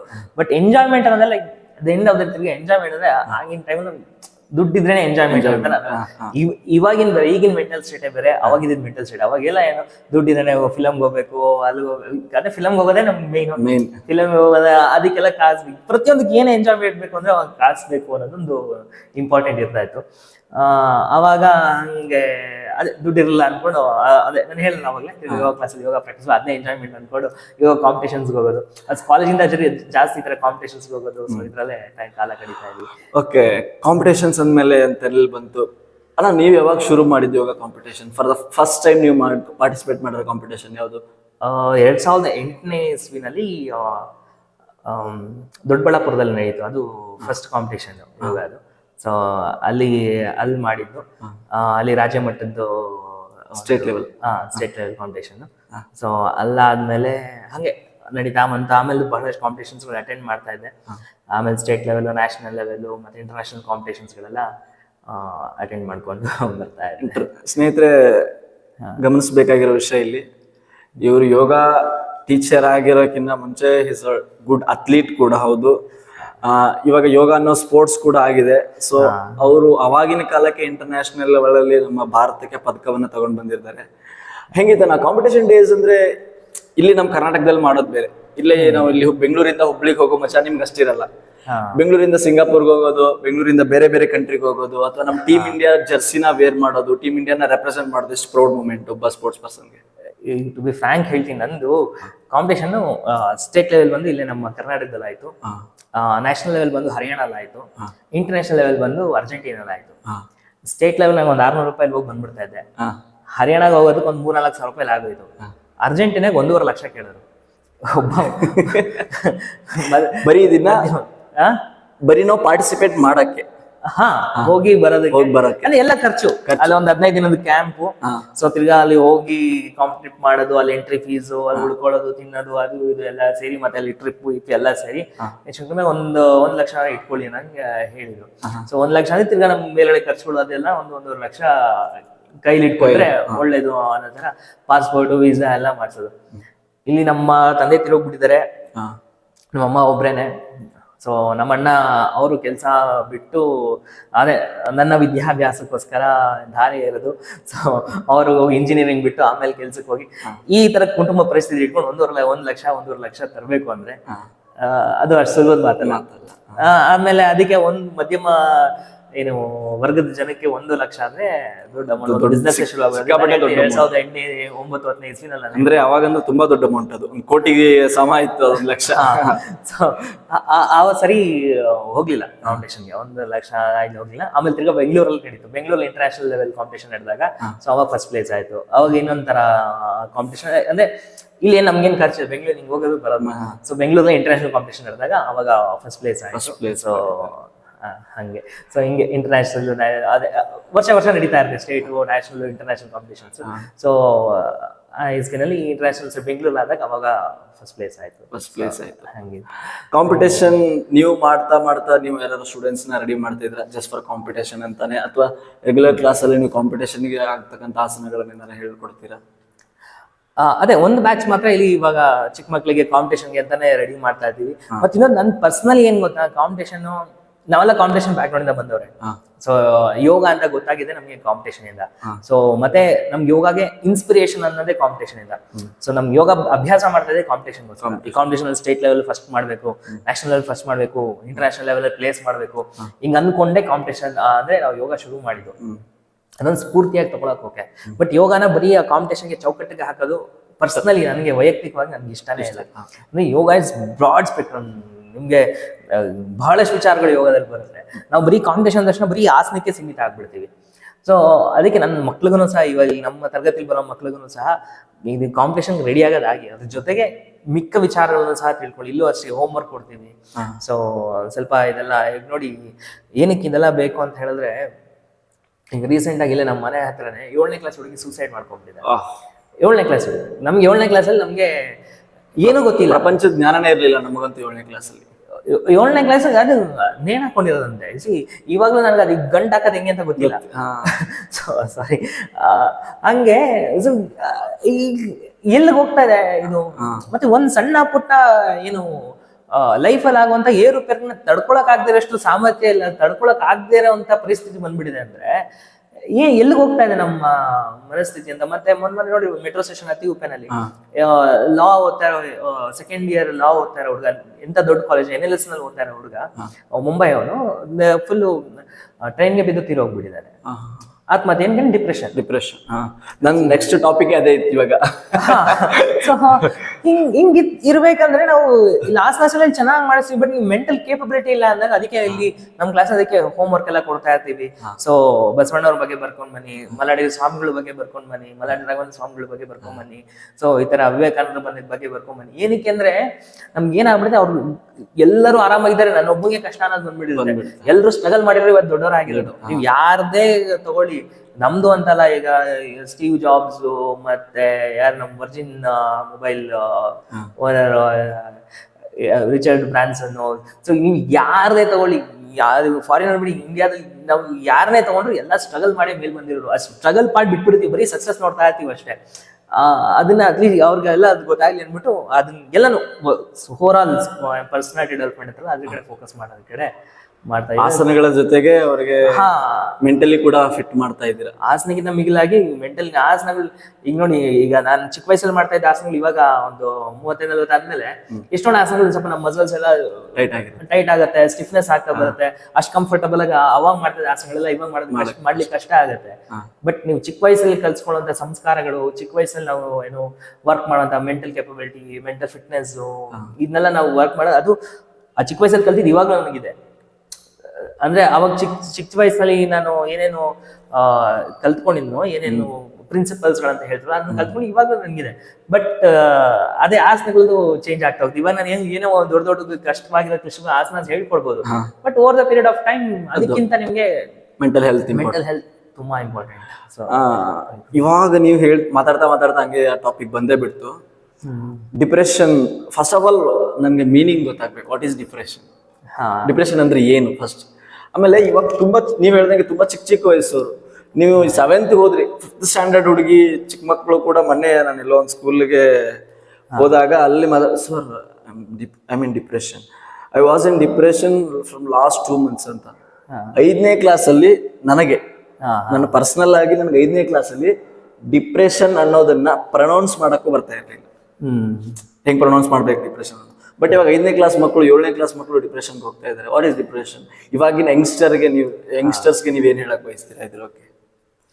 ಇದರಿಂದ ಹೆಂಗ್ ಹೊರಗಡೆ ಬರಬೇಕು? ಮತ್ತೆ ಇನ್ನೊಂದು ಇದು ದೊಡ್ಡವ್ರು ನಮ್ಮಲ್ಲಿ ನಾವು ಬ್ಲೇಮ್ ಮಾಡ್ಕೊಳ್ಬೇಕು. ಏನಕ್ಕಂದ್ರೆ ಇಲ್ಲಿ ನೋಡಿ, ಈ ಸ್ಟ್ರೆಸ್, ಡಿಪ್ರೆಷನ್ ಅಂತ ಹೇಳೋದು ಒಂಥರ ಟ್ರೆಂಡ್ ಆಗೋಗ್ಬಿಟ್ಟಿದೆ. ನೋಡಿ, ಯಾರನ್ನ ಕೇಳಿದ್ರು ಐ ಆಮ್ ಸೋ ಸ್ಟ್ರೆಸ್ಡ್, ಹಂಗ್ ಹೇಳ್ಕೊಳ್ಳೋದೇ ಒಂಥರ ಇದು ಮಾಡ್ಕೊಂಡು, ಇಟ್ಸ್ ನಾವು ಮಾಡೋಂಥ ಡ್ಯೂಟಿನ ಕರ್ತವ್ಯನೇ ಸ್ಟ್ರೆಸ್, ಕರ್ತವ್ಯನೇ ಟೆನ್ಷನ್ ಅಂದ್ಕೊಂಡ್ಬಿಟ್ರೆ. ನೋಡಿ, ಇವಾಗ ನಮ್ ಸ್ಟುಡಿಯೋ ನೀವು ಬಂದ್ರೆ ಒಂದ್ಸರಿ 6 ಬ್ಯಾಚ್ ತಗೋತೀವಿ. ಒಬ್ಬೊಬ್ರು 6 ಬ್ಯಾಚ್ ತಗೊಂಡು ನಾವು ಅಯ್ಯೋ ಏನ್ ಸ್ಟ್ರೆಸ್, ಬೆಳಗ್ಗೆ 6 ಗಂಟೆಗೆ 6 ಬ್ಯಾಚ್ ತಗೋಬೇಕು ಬೆಳಗ್ಗೆ ಅನ್ಕೊಂಡ್ರೆ, ನಾವು ಅನ್ಕೊಳ್ಳೋದ್ಮೇಲೆ ಇಟ್ಸ್ ನಮ್ಮ ಪಾತ್ನ ನಾವು ಎಂಜಾಯ್ ಮಾಡ್ಕೊಂಡು ಹೋಯ್ತು ಅಂದ್ರೆ, ಸೊ ಇಟ್ಸ್ ಅದೇನು ಸ್ಟ್ರೆಸ್ ಅಂತ ಅನ್ಸೋದಿಲ್ಲ. ಬಟ್ ಅದೇ ಇಟ್ಸ್ ಇದು ಒಂದ್ ಬರೀ ಡಿಪ್ರೆಷನ್ ಅಂತ ಬರೀ ಕನ್ಸ್ಟ್ರಕ್ಟ್ ಮಾಡಿ ಹೇಳ್ಬೋದು. ಸೊ ಒಂದ್ ಥಾಟ್ ಲೂಪ್ ಹೋಗ್ಬಿಟ್ರೆ, ಮತ್ತೆ ಆ ಲೂಪ್ ಅಲ್ಲೇ ಹೋಗ್ತಾ ಒಂದ್ ಪಾಯಿಂಟ್ ಬಂದ್ಮೇಲೆ ನಿಮ್ಗೆ ಏನು ಬೇರೆ ಏನೇ ಥಾಟ್ ಬರಲ್ಲ, ಯಾವ್ದೋ ಒಂದು ಬ್ಯಾಡ್ ಥಾಟ್ ಅದೇ ಫುಲ್ ಡೆಪ್ತ್ ಹೋಗ್ಬಿಟ್ರೆ ಅದೇ ಡಿಪ್ರೆಷನ್. ಹಿಂಗೆಲ್ಲ ನಾನು ಹೇಳ್ತಾ ಡೆಫಿನೇಷನ್ಸ್ ಕೊಡ್ತಾ ಹೋಗ್ಬೋದು. ಬಟ್ ಬರೀ ಅದೊಂದೊಂದೇ ಇರೋದಿಲ್ಲ. ಮತ್ ನಮ್ಮ ಓವರ್ ಆಲ್ ನಾವು ಲೈಫ್ ಹೆಂಗ್ ನೋಡ್ತಾ ಇದೀವಿ ಅನ್ನೋದೆಲ್ಲಾನು ಮ್ಯಾಟರ್ ಆಗ್ತಾ ಹೋಗುತ್ತೆ. ಮತ್ ನಾವು ನೋಡೋ ದೃಷ್ಟಿಕೋನನೂ ಮ್ಯಾಟರ್ ಆಗುತ್ತೆ. ಸೊ ನಾವು ಹೆಂಗ್ ನೋಡ್ತೀವಿ, ಅದಕ್ಕೆ ನಮ್ಮ ಹಳೆ ಸ್ಕ್ರಿಪ್ಚರ್ಸ್ಗಳು, ಭಗವದ್ಗೀತೆ ಆಗಿರ್ಬೋದು, ರಾಮಾಯಣ ಆಗಿರ್ಬೋದು, ಇನ್ನೊಂದು ಸ್ವಲ್ಪ ಅವಾಗ ನಾವು ತಿಳಿಸ್ಕೊ. ಆಗಿನ ಕಾಲದಲ್ಲಿ ಅದಕ್ಕೆ ಮಾರಲ್ ಸೈನ್ಸ್ ಅಂತೆಲ್ಲ ನಮ್ಗೆ ಇರ್ತಾ ಇತ್ತು. ನಮ್ಮ ಸ್ಕೂಲ್ಗಳಲ್ಲಿ ನೀತಿ ಕಥೆಗಳು ಅದೆಲ್ಲಾನೇ ಹೇಳ್ತಾ ಇದ್ರು. ಇವಾಗ ಅದೆಲ್ಲ ಎತ್ತೇ ಬಿಡ್ತೀವಿ, ಬರೀ ಸೈನ್ಸು, ಮ್ಯಾಥ್ಸು, ಬರೀ LKG ಇವಾಗ 11-12 ಸಬ್ಜೆಕ್ಟ್ಗಳು ಇರ್ತವೆ. LKG ಹುಡುಗನ್ ಬಾಡಿ ವೇಟ್ 10 kg ಇರಲ್ಲ, ಅವ್ನ ಬ್ಯಾಗ್ 15 kg ಇವಾಗ. ಇಲ್ಲ, ಟೆಕ್ನಾಲಜಿ ಮತ್ತೆ ನಮ್ಮ ಸ್ಪಿರಿಚುಯಾಲಿಟಿ ಎರಡು ಬ್ಯಾಲೆನ್ಸ್ ಆಗ್ತಾ ಹೋಗ್ಬೇಕು. ಒಂದು ಪೂರ್ತಿ ಟೆಕ್ನಾಲಜಿಗೆ ಹೋಗ್ಬಿಡ್ತೀವಿ, ಇಲ್ಲಾಂದ್ರೆ ಪೂರ್ತಿ ಇದ್ ಕಡೆ ಸ್ಪಿರಿಚುಯಾಲಿಟಿ ಇದ್ ಕಡೆ ಹೋಗ್ಬಿಡ್ತೀವಿ. ಎರಡನ್ನ ಬ್ಯಾಲೆನ್ಸ್ ಮಾಡೋದು ನಮ್ಮಲ್ಲಿ ಸಿಗ್ತಾನೆ ಇಲ್ಲ. ಸೊ ಇದ್ರಲ್ಲಿ ಸೌಂಡ್ ಆಗಿರೋನು ಇದ್ರಲ್ಲಿ ಇರೋದಿಲ್ಲ, ಇದ್ರಲ್ಲಿ ಸೌಂಡ್ ಆಗಿರೋನು ಅದ್ರಲ್ಲಿ ಇರೋಲ್ಲ, ಹಿಂಗ್ ಆಗೋಗ್ತಾ ಇದೆ. ಸೊ ಬ್ಯಾಲೆನ್ಸ್ ತಂದು ಮಾಡುವಂಥದ್ದು ಅಲ್ಲ. ಇಷ್ಟೋ ತನಕ ನಾವು ಬರೀ ಹೊರಗಡೆ ವಿಚಾರಗಳನ್ನು ಮಾತ್ರ ಮಾತಾಡಿದ್ವಿ. ಸ್ವಲ್ಪ ಅಣ್ಣನ ವೈಯಕ್ತಿಕ ವಿಚಾರಗಳಿಗೆ ಬರೋಣ. ಹೆಂಗಿತ್ತೆ ಅಣ್ಣ? ಹೆಂಗಿದೆ ಜೀವನ? ಹೆಂಗ್ ನಡೀತಾ ಇದೆ? ಮಗಳು ಬೇರೆ ಬಂದಿದ್ದಾಳೆ. ಮಗಳಿದ್ದಾಳೆ. ಆ ಖುಷಿ ಹೆಂಗೆ? ಇಷ್ಟ ದಿನ ನೀವು ಅಮ್ಮಗೆ ಮಗ ಆಗಿದ್ರಿ, ಅವಾಗ ನಿಮ್ಗೆ ಅದೆಷ್ಟು ಫೀಲ್ ಇರ್ಲಿಲ್ಲ. ಅಮ್ಮನ್ ಖುಷಿ ಆಗಿತ್ತು, ನೀವು ಮಗ ಆಗಿದ್ರಿ. ಬಟ್ ಇವಾಗ ನಿಮಗ್ ಮಗಳಾಗಿದ್ದಾಳೆ, ಯಾವ ತರ ಖುಷಿ ಇದೆ? ಇಲ್ಲ ಅದು ಎಕ್ಸೈಟ್ಮೆಂಟೇ. ನಾನು ಇದನ್ನ ಯಾಕೆ ಕ್ವಶನ್ ಕೇಳಿದೆ ಅಂದ್ರೆ, ಇನ್ಸ್ಟಾಗ್ರಾಮ್ ಅಲ್ಲಿ, ವಾಟ್ಸಪ್ ಅಲ್ಲಿ ನೋಡ್ತಾ ಇರ್ತೀನಿ, ಅಣ್ಣ ಹಾಕೋದು ಮಗಳನ್ನ, ಸೊ ಹಂಗಾಗಿ ಮಗಳ ಮೇಲೆಲ್ಲ ತುಂಬಾ ಲವ್ ಜಾಸ್ತಿ. ಹಾ ಖಂಡಿತ. ಮತ್ತೆ ಈ ಮಗಳು ಅಂದ ತಕ್ಷಣ ಸಿ ಇನ್ನೊಂದು ಹೇಳ್ತೀನಿ. ಸೊ ನಮ್ಗೆ ಮಗ ಬೇಕು ಮಗಳು ಬೇಕು ಇದೆಲ್ಲ ಎಕ್ಸ್ಪೆಕ್ಟೇಷನ್. ನನ್ನ ತಾಯಿ ತಂದೆಗೆ ಏನಪ್ಪಾ ಅಂದ್ರೆ ಒಂದ್ ಮಗು ಆರೋಗ್ಯವಾಗಿರಂತ ಮಗು ಬಂದ್ರೆ ಸಾಕು ಅಂತಾರೆ. ಸುತ್ತಮುತ್ತ ಇರೋರು ನಿಮ್ಗೆ ಹಾಕ್ಬಿಡ್ತಾರೆ ಮಗ ಬೇಕು ಮಗಳು ಬೇಕು. ಇದು ಜಸ್ಟ್ ಜನರಲೈಸ್ಡ್ ಆಗಿ ಹೇಳ್ತಾ ಇದೀನಿ. ಸೊ ಇದಾಗತ್ತೇನು ಈ ನೋಡ್ರೆ ನಿಮ್ ಖಂಡಿತ ಮಗನೇ ಆಗೋದು. ಅದು ಇವಾಗ ನಂಗೆ ಅದೇ ಆಶ್ಚರ್ಯ ಹೇಳ್ತೀವಿ, ಇವಾಗ್ಲೂ ಇದೆಯಾ ಮಗ ಗಂಡು ಹೆಣ್ಣು ಗಂಡು ಮಗುನೇ ಖಂಡಿತ ನಿಮ್ಗೆ ಗಂಡು ಮಗುನೇ ಆಗೋದು, ಗಂಡನೇ ಬರೋದು, ಹಿಂಗೆ ಹೇಳ್ತಾ ಹೋಗ್ತಾರೆ. ಮತ್ತೆ ಇಟ್ಸ್ ಹೆಣ್ಮಕ್ಳು ಅನ್ನೋದು ಅದನ್ನ ಎಕ್ಸ್ಪ್ಲೈನ್ ಮಾಡೋದಕ್ಕೆ ಆಗಲ್ಲ ಬಿಡಿ. ಅದೊಂಥರ ಆ ಭಾವನೆ ನಾನು ಹೆಂಗೆ ಹೇಳೋದು ಅಂತ ತುಂಬಾ ಚೆನ್ನಾಗಿರುತ್ತೆ. ಅದು ಹಿಂಗೆ ಹೇಳೋದು. ಸೊ ನಾನು ಏನು ಹೇಳಕ್ ಬಂದೆ, ಅದೇ ಹೇಳಿದ್ನ ಎಲ್ರಿದ ಗಂಡು ಮಗು ಹೋಗಿ ಎಲ್ರಿ ಗಂಡು ಹೆಣ್ಣು ಅನ್ನೋದು ನನ್ನ ಪ್ರಕಾರ ಒಂದು ಎವ್ರಿಥಿಂಗ್ ಇಸ್ ಜಸ್ಟ್ ನಮ್ಗೆ ಏನ್ ಬೇಕೋ ಭಗವಂತ ನಮ್ಗೆ ಕೊಟ್ಟಿರ್ತಾನೆ. ನಾವು ಅದರಲ್ಲಿ ಖುಷಿಯಾಗಿರುವಂಥದ್ದು. ಎಲ್ಲನೂ ಸಹ ದೇವರು ನಮ್ಗೆ ಏನ್ ಬೇಕೋ ಅದನ್ನ ಕೊಟ್ಟಿರ್ತಾನೆ. ನಾವು ತಿರ್ಗಾ ಮಾಡಿಫೈ ಮಾಡಕ್ ಹೋದ್ರೆ ಅವಾಗ ಹಿಂಸೆ ಎಷ್ಟೋ ಇವಾಗ ಅಬೋರ್ಷನ್ ಮಾಡ್ಸೋದು. ನಮ್ಮ ಪರಿಚಯದಲ್ಲಿ ಅದನ್ನ ನೋಡ್ತಾ ಇರ್ತೀನಿ. ಸರ್ ಆಲ್ರೆಡಿ 2 ಹೆಣ್ಣಾಗ್ಬಿಟ್ಟಿದೆ, ಫಸ್ಟ್ ಚೆಕ್ ಮಾಡಿಸ್ಬಿಟ್ಟು ಎಲ್ಲೋ ಚೆಕ್ ಮಾಡ್ತಾರಂತೆ. ಅದೇ ಹೇಳ್ತೀನಿ, ಗಂಡು ಮಗು ಆಗಿದ ತಕ್ಷಣ ಚೆನ್ನಾಗಿ ನೋಡ್ಕೊಂತಾನೆ ಅಂತ ಏನಿಲ್ಲ. ಇವಾಗ ನಮ್ಮನೆಲ್ಲ ನಮ್ಮಮ್ಮ ಎಷ್ಟೋ ಸರಿ ಕೋಪ ಬಂದಾಗೆಲ್ಲ ಹೇಳಿರೋದುಂಟು, ಈಗ ಎಂತ ಉಟ್ಬಿಟ್ಟೆ ನೀನು ನನ್ನ ಹೊಟ್ಟೆಲಿ ಅಂತ ಹೇಳೋದುಂಟು. ನಾವ್ ಏನ್ ಖುಷಿಯಾಗಿ ನಾವು ಅಮ್ಮ ನೋಡ್ಕೊಂಡಿದೀವಿ, ಅಂದ್ರೆ ನಮ್ ಯೋಗ ತಕ್ಕನ ನಾವು ನೋಡ್ಕೊಂಡಿದೀವಿ. ಬಟ್ ಎಷ್ಟು ಬೇಕು ಪೇಪರ್ ಅಲ್ಲಿ ನಿಮ್ಗೆ ಏನೋ ಮಗನೇ ಆಸ್ತಿ ವಿಚಾರಕ್ಕೆ ಅಪ್ಪ ಅಮ್ಮನ ಸಾಯಿಸ್ಬಿಟ್ಟಿರೋದು, ಈ ತರದಲ್ಲಿ ಎಷ್ಟು ಬೇಕು ನಿಮ್ ಪೇಪರ್ ಓದ್ತಾರೆ ಬರ್ತಾನೆ ಇರ್ತದೆ. ಆಸ್ತಿ ವಿಚಾರಕ್ಕೆ ಹಿಂಗಾಯ್ತು ಹಂಗಾಯ್ತು ಅಂತ. ಎವ್ರಿಥಿಂಗ್ ಇಸ್ ಜಸ್ಟ್ ಆ ತರ ನಮ್ ಸಂಸ್ಕಾರ ಕಲ್ಸೋದು, ಮಕ್ಳಿಗೆ ಒಂದ್ ಒಳ್ಳೆ ಸಂಸ್ಕಾರ ಕಲ್ಸೋದು, ಒಳ್ಳೆ ಬುದ್ಧಿ ಕಲ್ಸೋದು ಅಷ್ಟು ನಮ್ ಕರ್ತವ್ಯ ಅಷ್ಟೇ. ಗಂಡಾಗ್ಲಿ ಹೆಣ್ಣಾಗ್ಲಿ ಒಳ್ಳೆ ಸಂಸ್ಕಾರ ಕಲಿಸ್ಬೇಕು. ಮತ್ತೆ ಏನು ಎಕ್ಸ್ಪೆಕ್ಟೇಷನ್ ಇಟ್ಕೊಳ್ಬಾರ್ದು. ನಮ್ಮ ಮುಖಾಂತರ ಬಂದಿದ್ದಾರೆ ಅಷ್ಟೇ ಮಕ್ಕಳು. ನಾವೇನ್ ಕುತ್ಕೊಂಡು ಅವ್ರನ್ನೇನು ಪ್ರಿಪೇರ್ ಮಾಡಿಲ್ಲ, ನಾವೇನ್ ಅವ್ರನ್ನೇನು ಉತ್ಪತ್ತಿ ಮಾಡಿಲ್ಲ. ಎಲ್ಲ ಒಂದು ಮೆಕ್ಯಾನಿಸಮ್ ಪ್ರಕಾರ ಅವ್ರು ಬಂದರೆ ಅವ್ರು ನಮ್ ಕೆಲಸ, ನಾವು ಅವ್ರಿಗಿಂತ ಒಂದು 20-30 ವರ್ಷ ಮುಂಚೆ ಬಂದಿರ್ಬೋದು ಅಷ್ಟೇ. ಹಂಗಂತ ನಾವೇನ್ ಅವ್ರ ಓನರ್ ಅಂತಲ್ಲ. ನಮ್ದು ಈ ಓನರ್ ಮೆಂಟಲ್ಲಿ ಇಟ್ಕೊಳ್ಬಾರ್ದು. ನಮ್ದು ಏನೇನೋ ನಾನು ಆಗ್ದಿರೋದೆಲ್ಲ ಇವ್ರು ಆಗ್ಬೇಕು ಅಂತ ಓಡಾಡೋದು.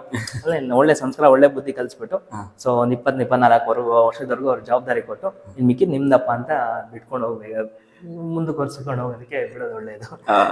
ಹಾಗೆ ಎಲ್ಲ ಸ್ವೀಕಾರ ಮಾಡ್ಬೇಕು, ಅಕ್ಸೆಪ್ಟ್ ಮಾಡ್ಕೊಂಡು ಹೋಗ್ಬೇಕು. ಸೊ ಅಲ್ಲ, ಮಗಳು ಬರೋಕಿನ್ನ ಮುಂಚೆ ಪ್ರಶಾಂತ್ ಯೋಗ ಅಂತ ತುಂಬಾ ಎಲ್ರ ಕೈಗೂ ಸಿಗ್ತಾ ಇದ್ರು. ಇವಾಗ ಮಗಳು ಅಂದ್ಮೇಲೆ ಪ್ರಶಾಂತ್ ಯೋಗ ಅಂತ ಸ್ವಲ್ಪ ಬ್ಯುಸಿ ಆಗಿದ್ದಾರೆ ಅಥವಾ ಹಿಂಗೂ ಅಂತಾರೆ. ಅದ ಮಗಳು ಬಂದ್ಮೇಲೆ ಪ್ರಶಾಂತ್ ಅಣ್ಣ ತುಂಬಾ ರೆಸ್ಪಾನ್ಸಿಬಲ್ ಆದ್ರ? ಹಂಗೇನಿಲ್ಲ. ಸೊ ಎಲ್ಲ ನಾವು ಒಂದೊಂದು ಪಾಯಿಂಟ್ ಬಂದ್ಮೇಲೆ ಒಂದೊಂದು ಜವಾಬ್ದಾರಿಗಳೊಂದು ಬರ್ತಾ ಹೋಗುತ್ತೆ. ಮನೇಲಿ ಹೆಂಡತಿ ಕಾಯದೆ ಬೇರೆ, ಮಗಳ ಕಾಯದೆ ಬೇರೆ. ಹೆಂಡತಿ ಏನೋ ಕೆಲ್ಸದಲ್ಲಿ ಇದ್ರಲ್ಲಿ ಬ್ಯುಸಿ ಆಗ್ಬಿಡ್ತಾರೆ. ಮಕ್ಳು ಎಷ್ಟೊಂದ್ಸರಿ ನಾವು ಮನೆಗೆ ಹೋಗಿದ ತಕ್ಷಣ ಅವ್ರ ಎಕ್ಸೈಟ್ಮೆಂಟ್ ಓಡ್ ಬರೋದು, ಹೇಳ್ಕೊಳ್ಳೋದು ನನ್ಗೆ ಗೊತ್ತಾಗ್ತಿರ್ಲಿಲ್ಲ. ಮಗಳು ಆಗಿದಲ್ಲಿ ನಿನ್ ಗೊತ್ತಾಗತ್ತೆ ನೋಡು, ಎಷ್ಟು ಚೆನ್ನಾಗಿರುತ್ತೆ, ಎಷ್ಟು ಎಂಜಾಯ್ ಮಾಡ್ತೀಯ ಹಂಗೆ ಹೆಂಗೆ ಅಂತ. ನನ್ಗೆ ಅದು ಗೊತ್ತಾಗ್ತಿರ್ಲಿಲ್ಲ. ಎಷ್ಟು ನಮ್ಮ ಬೇರೆ ಕಡೆ ಕ್ಲಾಸ್ ಹೋಗೋರು ಹೇಳೋರು, ಮಿಸ್ಸೇ ಆಗಲ್ವಾ ಸರ್ ಹಂಗೆ ಹೆಂಗೆ ಅಂತ. ಚಿಕ್ಕವಳಿರ್ಲಿಲ್ಲ. ಏನಿಲ್ಲ ಸರ್, ಅದೇ ಊರಿಗೆ ಹೋಗಿದ್ದಾರೆ. ನನ್ನ ವೈಫ್ ಬಂದು ಶಿಮ್ಲಾದಲ್ಲಿ ಹೇಳೋರು, ಅವ್ರು ಅಲ್ಲಿ ಊರಿಗೆ ಹೋಗಿದ್ರು. ನಿಮ್ಗೇನು ಮಿಸ್ಸೇ ಆಗಲ್ವಾ, 3 ತಿಂಗಳಾಗೋಯ್ತು ಮಗಳು ಮುಖ ನೋಡಿ, 4 ತಿಂಗಳು ಮಗಳ ನೋಡಿ, ಏನಿಲ್ಲ ಆರಾಮಾಗಿರ್ತೀನಿ ಹಂಗೆ ಹೆಂಗೆ ಅಂತ ಅನ್ಕೊಂಡು ಇರ್ತಾರೆ. ಇವಾಗ ಅವಳು ಪಪ್ಪ ಅಂತ ಅನ್ಕೊಂಡು ಅವಾಗ ಒಂದು ಕನೆಕ್ಷನ್ಸ್. ಸೊ ಅಲ್ಲಿ ಅವ್ರು ಏನು ತೊಟ್ಟಲ್ಲಿ ಇರ್ತಾ ಇಲ್ಲೋ, ಸುಮ್ಮನೆ ಹೋಗೋದು, ಮಾತಾಡ್ಸೋದು, ಬರೋದು ಅಷ್ಟೇ ರೆಸ್ಪಾನ್ಸ್. ಇವಾಗ ಮನೆಗೆ ಬಂದ ತಕ್ಷಣ ಪಪ್ಪ ಅಂತ ಓಡ್ ಬರೋದು, ಬಂದು ಬೆಳ್ಳಿ ಇಟ್ಕೊಳ್ಳೋದು, ಎಳದಾಡೋದು. ಇದು ಒಂಥರ ಬೆಳಗ್ಗಿಂದ ಕೆಲಸ ಮಾಡ್ಕೊಂಡು ಹೋಗಿದ್ದು ಒಂಥರ ಏನೋ ಇರಲ್ಲ, ಆಯಾಸ ಎಲ್ಲ ಫುಲ್ಲು ಕಡಿಮೆ ಆಗೋಗ್ಬಿಡುತ್ತೆ, ಚೆನ್ನಾಗಿರುತ್ತೆ. ಸೊ ಹಿಂಗಿದೆ. ಶಿಮ್ಲಾ ಅಂತ ಯೂಸ್ ಮಾಡಿದ್ರಿ, ಕರ್ನಾಟಕಕ್ಕೂ ಶಿಮ್ಲಾಗೂ ಹೆಂಗೆ ರಿಲೇಷನ್ ಬೆಳೀತು? ಫಸ್ಟ್ ನಾನು ಫ್ರೆಂಡ್ಸ್ ಆಗಿದ್ವಿ ನಾವು. ಫಸ್ಟ್ ನಾನು ಮತ್ತೆ ನನ್ನ ಧರ್ಮಪತ್ನಿ ಹೆಸರು ಯೋಗೇಶ್ವರಿ ಅಂತ. ಸೊ ನಾನು ಇಬ್ರು ಫ್ರೆಂಡ್ಸ್ ಆಗಿದ್ವಿ. ಫ್ರೆಂಡ್ಸ್ ಆದ್ಮೇಲೆ ಬೆಸ್ಟ್ ಫ್ರೆಂಡ್ಸ್ ಆದ್ಮೇಲೆ ಒಂದ್ಸರಿ ಅನ್ನಿಸ್ತು, ಯಾರೋ ಗುರುತು ಪರಿಚಯ ಹೇಳಿದ್ರು ಮದುವೆ ಆಗೋದಕ್ಕಿಂತ ಇಷ್ಟು ವರ್ಷ ಆರಾಮಾಗಿ ಮಾತಾಡ್ಕೊಂಡಿದ್ವಿ. ನಂದೇನ್ ಡ್ರಾಬ್ಯಾಕ್ಸ್ ಪ್ಲಸ್ ಮೇನ್ಸ್ ನಿನಗೆ ಗೊತ್ತು, ನಿಂದೇನ್ ಡ್ರಾಬ್ಯಾಕ್ಸ್ ಪ್ಲಸ್ ಮೇನ್ಸ್ ಅಂತ ನನಗೆ ಗೊತ್ತು. ಸೊ ಇಬ್ರು ಒಟ್ಟಿಗೆ ಯಾಕೆ ಸಂಸಾರ ನಡೆಸಬಾರ್ದು ಅಂತ ಅನ್ನಿಸ್ತು. ಸರಿ ಆಯ್ತು ಅಂತ ನಮ್ದು ರಿಲಿಜಿಯಸ್ ಅಂತಾನೆ ಹೇಳ್ಬೋದು. ನಾವು ಹಿಂದೂಸು, ಅವರು ಅದೇ ಪಂಜಾಬೀಸು ಹಿಂದೂಸ್ ಕೆಳಗಡೆ ಬರುತ್ತೆ ಕ್ಯಾಟಗರಿನಲ್ಲಿ. ಸೊ ನಾವು ಅವರು ಸಂಸ್ಕೃತಿಗಳು ಬೇರೆ, ಆಚಾರ ವಿಚಾರಗಳು ಬೇರೆ. ಅವ್ರು ಬಂದು ಪೂರ್ತಿ ಮೇಲೆ, ನಾವು ಬಂದು ಅಂದ್ರೆ ಮ್ಯಾಪ್ನಲ್ಲಿ ಅವರು ಟಾಪ್ ಆಫ್ ದಿ ಟೇಬಲ್. ಅವರಲ್ಲಿ ಹಿಮಾಚಲ್ ಪ್ರದೇಶ, ಬಂದು ಇಲ್ಲಿ ಕರ್ನಾಟಕ ಬೆಂಗಳೂರು. ಸೊ ಆಮೇಲೆ ಹಂಗೆ ಮಾತಾಡ್ಕೊಂಡು ಅಂದ್ರೆ ಇಂಟ್ರೆಸ್ಟಿಂಗ್ ಆಗಿದೆ ಲೈಫ್. ಸೊ ಫಸ್ಟ್ ಯಾವಾಗ ಮೀಟ್ ಆದ್ರಿ? ಫಸ್ಟ್ ಮೀಟ್ ಆಗಿದ್ದು ಅಕ್ಕ ವಿಡಿಯೋ ನೋಡ್ತಾ ಇರ್ತಾರೆ ಕರೆಕ್ಟ್ ಆಗಿ, ಹಿಂಗೆಲ್ಲ ಹೇಳ್ಬಾರ್ದು ನೀವು. ಒಳ್ಳೆಯ ಕ್ಷಣಗಳು ಯಾವಾಗ ಅನ್ನೋದು ಗೊತ್ತಾಗಲ್ಲ. Smart answer. ಒಳ್ಳೆ ಕ್ಷಣದಲ್ಲಿ ನಾವು ಮುಳುಗೋಗ್ಬಿಡ್ತೀವಿ, ಯಾವತ್ತು ಡೇಟ್ ಅಲ್ಲಿ ನೋಡೋಷ್ಟು ಸಮಯ ಇರೋದಿಲ್ಲ. ಒಂದು 8-10 ವರ್ಷ ಅಂತ ಆಯ್ತು, ಮದ್ವೆ ಆಗಿ 5 ವರ್ಷ ಆಯ್ತು, ಭೇಟಿಯಾಗಿ ಒಂದು 15 ವರ್ಷ ಆಯ್ತು ಹೆಚ್ಚುಗಡೆ. ಅದೇ ಹೇಳೋದಲ್ಲ. ಸೊ ನಾವು ಏನೋ ಪ್ರಪೋಸ್ ಮಾಡಿ ಡೇಟು ಅಂತಾರಲ್ಲ, ಇದುವರೆಗೂ ನಾನ್ ಪ್ರಪೋಸ್ ಮಾಡಿ ಅವಳು ಪ್ರಪೋಸ್ ಮಾಡಿದ್ರೆ ನಮಗೆ ಗೊತ್ತಿಲ್ಲ ಇನ್ನು. ಸೊ ಮಾತಾಡ್ಕೊಂಡು ಹಂಗೇನೆ ಎಷ್ಟೊಂದು ಹೇಳ್ತೀವಿ, ಯಾವಾಗ ನೀನ್ ಪ್ರಪೋಸ್ ಮಾಡಿದ್ದು ಹಂಗೆ ಹಂಗೆ ಅಂತ. ಇಬ್ಬರಿಗೂ ನೆನಪಿಲ್ಲ, ನಾವು ಪ್ರಪೋಸ್ ಮಾಡಿದ್ವಿ ಇಲ್ಲ ಅಂತ ನೆನಪಿಲ್ಲ. ಮಾತಾಡ್ತಾ ಸರಿ ಆಯ್ತು ಆಗೋಣ ಅಂತ ಅನ್ಕೊಂಡು ಆಗಿದ್ದಾಯ್ತು. ಸೊ ಡೇಟ್ಸ್ ಬೇಡ, ಬಟ್ ಇನ್ನ ತುಂಬಾ ಡೇಟ್ ತನಕ ಜೊತೆಗಿರಿ. ಅದೇ 100 ವರ್ಷ ಹಿಂಗೆ ಪ್ರಶಾಂತನ ಯೋಗಿನಿ ಅಕ್ಕ. ಪಾಪ ಹೆಸರು ಗೊತ್ತಾಗ್ಲಿಲ್ಲ, ಮಗಳ ಹೆಸರು ವೃತ್ತಿ ಪ್ರಶಾಂತ್ ಕುಮಾರ್. ಚೆನ್ನಾಗಿದೆ. ಆ ಮದ್ವೆ ಆಗೋಕಿನ ಮುಂಚೆ ಪ್ರಶಾಂತ್ ಇವಾಗಿನ ಪ್ರಶಾಂತ್ಗೆ ಏನ್ ಡಿಫ್ರೆನ್ಸ್ ಕಾಣ್ತೀರಾ ನಿಮ್ ನೀವೇ? ಮದ್ವೆ ಎರಡು ಇಂಟ್ರೆಸ್ಟಿಂಗ್ ಆಗಿರುತ್ತೆ. ಅದು ಒಂಥರ ಲೈಫ್ ಚೆನ್ನಾಗಿತ್ತು, ಇದು ಒಂಥರ ಲೈಫ್ ಚೆನ್ನಾಗಿದೆ. ಸೊ ಇಟ್ಸ್ ನಾಟ್ ಅದು ಏನೋ ಮೊದ್ಲೇ ಚೆನ್ನಾಗಿದೆ, ಮೊದ್ಲೇ ಚೆನ್ನಾಗಿದೆ, ಇವಾಗ ಏನ್ ಟೈಮೇ ಸಿಗಲ್ಲ, ಅದು ಇದು ಫ್ಯಾಮಿಲಿ ಟೈಮ್ ಕೊಡ್ಬೇಕು ಹಂಗೆ ಅಂತ. ಸೊ ಎಲ್ಲನೂ ಸಹ ಅಳತೆ ಅಂತ ಇಂಪಾರ್ಟೆನ್ಸ್ ಇರುತ್ತೆ ಎಲ್ಲದಕ್ಕೂ ಸಹ. ಅದೇ ಅದು ಚೆನ್ನಾಗಿತ್ತು, ಇದು ಚೆನ್ನಾಗಿದೆ. ಸೊ ಅವಾಗ ಒಂದ್ ಸ್ವಲ್ಪ ಈ ತರದೆಲ್ಲ ಏನೇನೋ ಒಂಚೂರು ಏನೋ ಅಲ್ಲಿ ಏನಂತೀವಿ ಇಂಟ್ರೆಸ್ಟಿಂಗ್ ಅದು ಇದು ಏನೇನೋ ಮಾಡೋದಕ್ಕೆ ಸಿಕ್ಕಾಪಡೆ ಸಮಯ ಸಿಗ್ತಾ ಇತ್ತು. ಇವಾಗ ಅಷ್ಟು ಸಮಯ ಇರೋದಿಲ್ಲ, ಒಂದ್ ಸ್ವಲ್ಪ ಎಲ್ಲ ಕಡೆ. ಇವಾಗ ನೀವ್ ಹೇಳಿದ್ರಲ್ಲ, ಮೊದ್ಲೆಲ್ಲ ಎಲ್ಲರ ಕೈಗೂ ಸಿಗ್ತಾ ಇದೆ, ಇವಾಗ ಸ್ವಲ್ಪ ಕಡಿಮೆ ಆಯ್ತು. ಸೈಕಲ್ ಆದ್ಮೇಲೆ ಪ್ರಶಾಂತನ ಫೋನ್ ಪಿಕ್ ಮಾಡಲ್ಲ, ಮುಂಚೆ 9 ಗಂಟೆಗೆ ಮಾಡಿದ್ರೆ ಬಂದೆ ಫೋನ್. ಅದೇ ಫೋನ್ ಅಂತೂ ಕ್ಲಾಸಲ್ಲಿ ಇರ್ತೀವಿ, ಫೋನ್ ಅದನ್ನ ನನ್ನೊಂದು ಏನಂತೀವಿ ಒಂದು ಬ್ಯಾಡ್ ಕಮೆಂಟ್ಸ್ ಅಂದ್ರೆ ಎಲ್ರು ಹೇಳೋದಂದ್ರೆ ಫೋನ್ ಪಿಕ್ ಮಾಡಲ್ಲ ಕ್ಲಾಸಲ್ಲಿ ಇರ್ತೀವಿ, ಫೋನ್ ಪಿಕ್ ಮಾಡತ್ತೆ. ಫೋನ್ ಏನೋ ಅಷ್ಟೊಂದೇನು ನಾನು ಫೋನ್ ಯೂಸ್ ಮಾಡೋದು ಕಡಿಮೆ. ಸೊ ಹಾಗಿರುತ್ತೆ. ಓಕೆ, ಮಾತಾಡ್ತಾ ನಿಮ್ಮ ವೈಯಕ್ತಿಕ ಜೀವನದ ಬಗ್ಗೆ ಮಾತಾಡಿದ್ವಿ, ಖುಷಿ ಆಯ್ತು ಕೇಳಿ. ನೆಕ್ಸ್ಟ್ ಇವಾಗ ಹೋಗೋಣ, ನಿಮ್ಮ ಗುರುಗಳು ಎಲ್ಲಿಂದ ಶುರು ಆಯ್ತು? ನೀವು ಹೇಳಿದ್ರೆ ಬಿ ಗಣೇಶ್ ಅವರು ಅಂತ, ಅದಕ್ಕಿಂತ ಮುಂಚೆ ಯಾರಾದ್ರೂ ನಿಮ್ಗೆ ಯೋಗ ಟೀಚರ್ ಇದ್ರೆ ಅವ್ರು ಆದ್ಮೇಲೆ ಎಷ್ಟು ಜನಕ್ಕೆ ಮೀಟ್ ಆದ್ರಿ? ಸೊ ಈ ಗುರುಗಳಂದ್ರೆ ಫಸ್ಟು ಅಂದ್ರೆ ನಮ್ಮ ಲೀನಿಯೇಜ್ ಹತ್ರ ಹೇಳ್ತಾ ಬಂತು ಅಂದ್ರೆ ರಾಘವೇಂದ್ರ ಸ್ವಾಮಿಗಳು, ನಮ್ಗೆ ಮಲ್ಲಾಡಿಯಲ್ಲಿ ಶ್ರೀ ರಾಘವೇಂದ್ರ ಸ್ವಾಮಿಗಳು. ಅಲ್ಲಿಂದ ಅಂದ್ರೆ ಅವರ ಶಿಷ್ಯ, ನೇರ ಶಿಷ್ಯನ ಬಂದು PR ಕೃಷ್ಣಮೂರ್ತಿ ಅಂತ, ಅವ್ರ ಶಿಷ್ಯನ ಬಂದು D ಗಣೇಶ್ ಅಂತ, ಯೋಗಾಚಾರ್ಯ D ಗಣೇಶ್ ಅವರು. ಅವರ ಕೈಗಳಿಗೆ ನಾವು ಕಲ್ತಿದ್ದು ಅಂದ್ರೆ ನಾವು ಕಲ್ತಿದ್ವಿ ಯೋಗಾನ.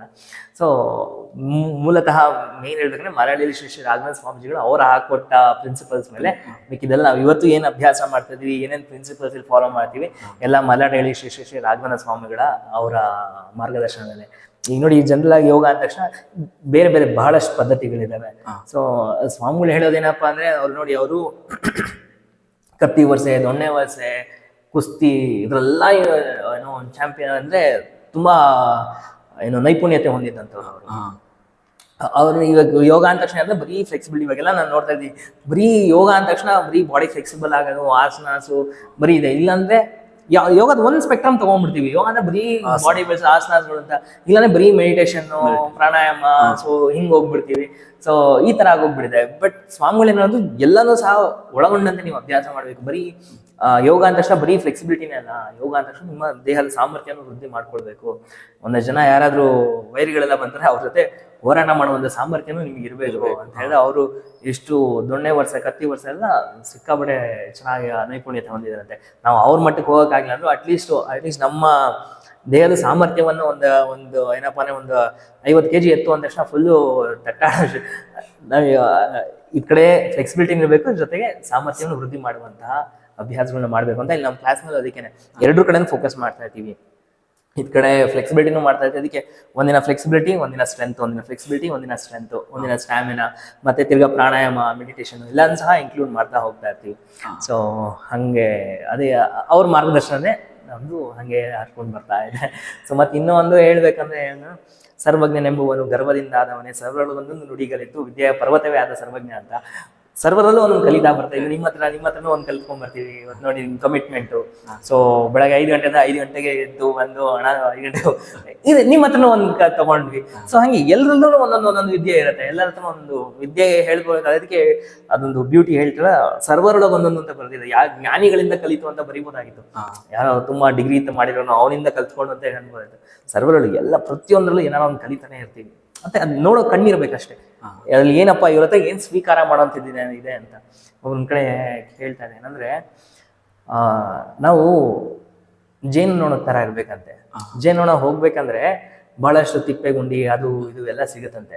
ಬಟ್ ಅದ್ ಬರೀ ಮಕರಂದ ಹುಡ್ಕೊಂಡು ಹೋಗುತ್ತೆ. ಹೂವನ್ನು ಹುಡ್ಕೊಂಡು ಹೋಗಿ ಅದರಲ್ಲಿ ಮಕರಂದ ತಗೊಂಡು ಅದು ಶೇಖರಿಸಿಟ್ಕೊಳ್ತೇವೆ. ನಾವು ಹಂಗೆ ನಮ್ಮ ಜೀವನದಲ್ಲಿ ಹೋಗ್ಬೇಕಂದ್ರೆ ಒಬ್ಬ ವ್ಯಕ್ತಿ ಅಂತ ನೋಡಿದ್ರೆ ಬಹಳಷ್ಟು ಕೆಟ್ಟದ್ದು ಇರುತ್ತೆ, ಎಲ್ಲಾನು ಇರುತ್ತೆ. ಬರೀ ಆ ಕೆಟ್ಟದೊಂದು ನೋಡ್ಕೊಂಡು ಅಯ್ಯೋ ಬೇಡ, ನಾವು ಜೇನೋಣ ಆಗ್ಬೇಕು.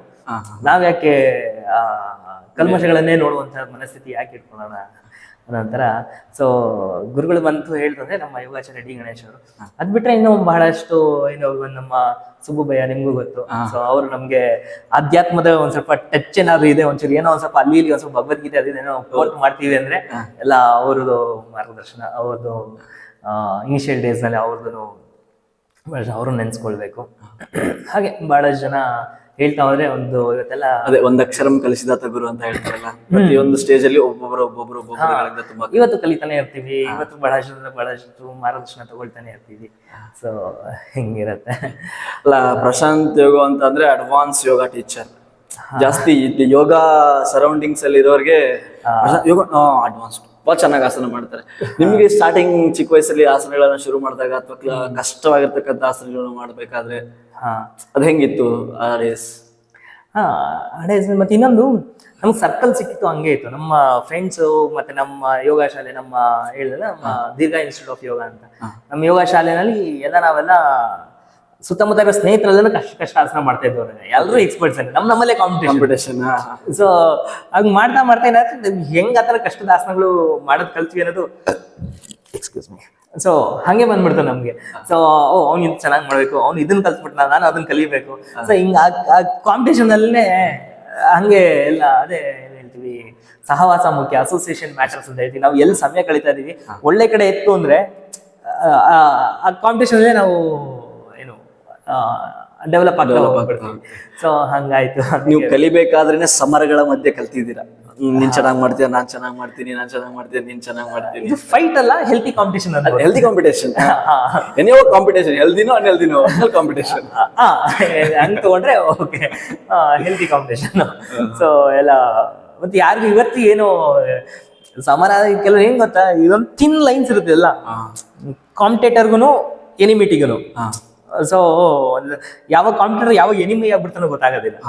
ಬಟ್ ನಮ್ಮಲ್ಲಿ ಯಾವುದಿಲ್ಲ. ಇವತ್ತು ಸಿಕ್ಕಿದಾಗ ಇವತ್ತು ಆರಾಮಾಗಿ ಮಾತಾಡ್ತೀವಿ, ಇವತ್ತು ಎಲ್ಲರೂ ಚೆನ್ನಾಗಿದೀವಿ, ಇವತ್ತು ಎಲ್ಲರೂ ಕಾಂಪಿಟೇಷನ್ ಚೆನ್ನಾಗಿದೆ. ಮತ್ತೆ ಇವಾಗ ಎಷ್ಟೋ ಜನ ಹೇಳ್ತಾರೆ ಯೋಗ ಮಾಡೋರೆಲ್ಲ ಜಿಮ್ ಮಾಡಬಾರ್ದು, ವೇಟ್ಸ್ ಗಳನ್ನ ಲಿಫ್ಟ್ ಮಾಡಬಾರ್ದು, ಹಂಗೆ ಹೆಂಗೆ ಅಂತ. What is the difference between yoga and gym? It's ಏನಪ್ಪಾ ಅಂದ್ರೆ ಅದೇ ಹೇಳ್ತೀನಲ್ಲ. ಸೊ ಕರೆಕ್ಟಾಗಿ ಮಾಡ್ತೀನಿ ಅಂದ್ರೆ ಎಲ್ಲಾನು ಸಹ ಒಳ್ಳೇದು.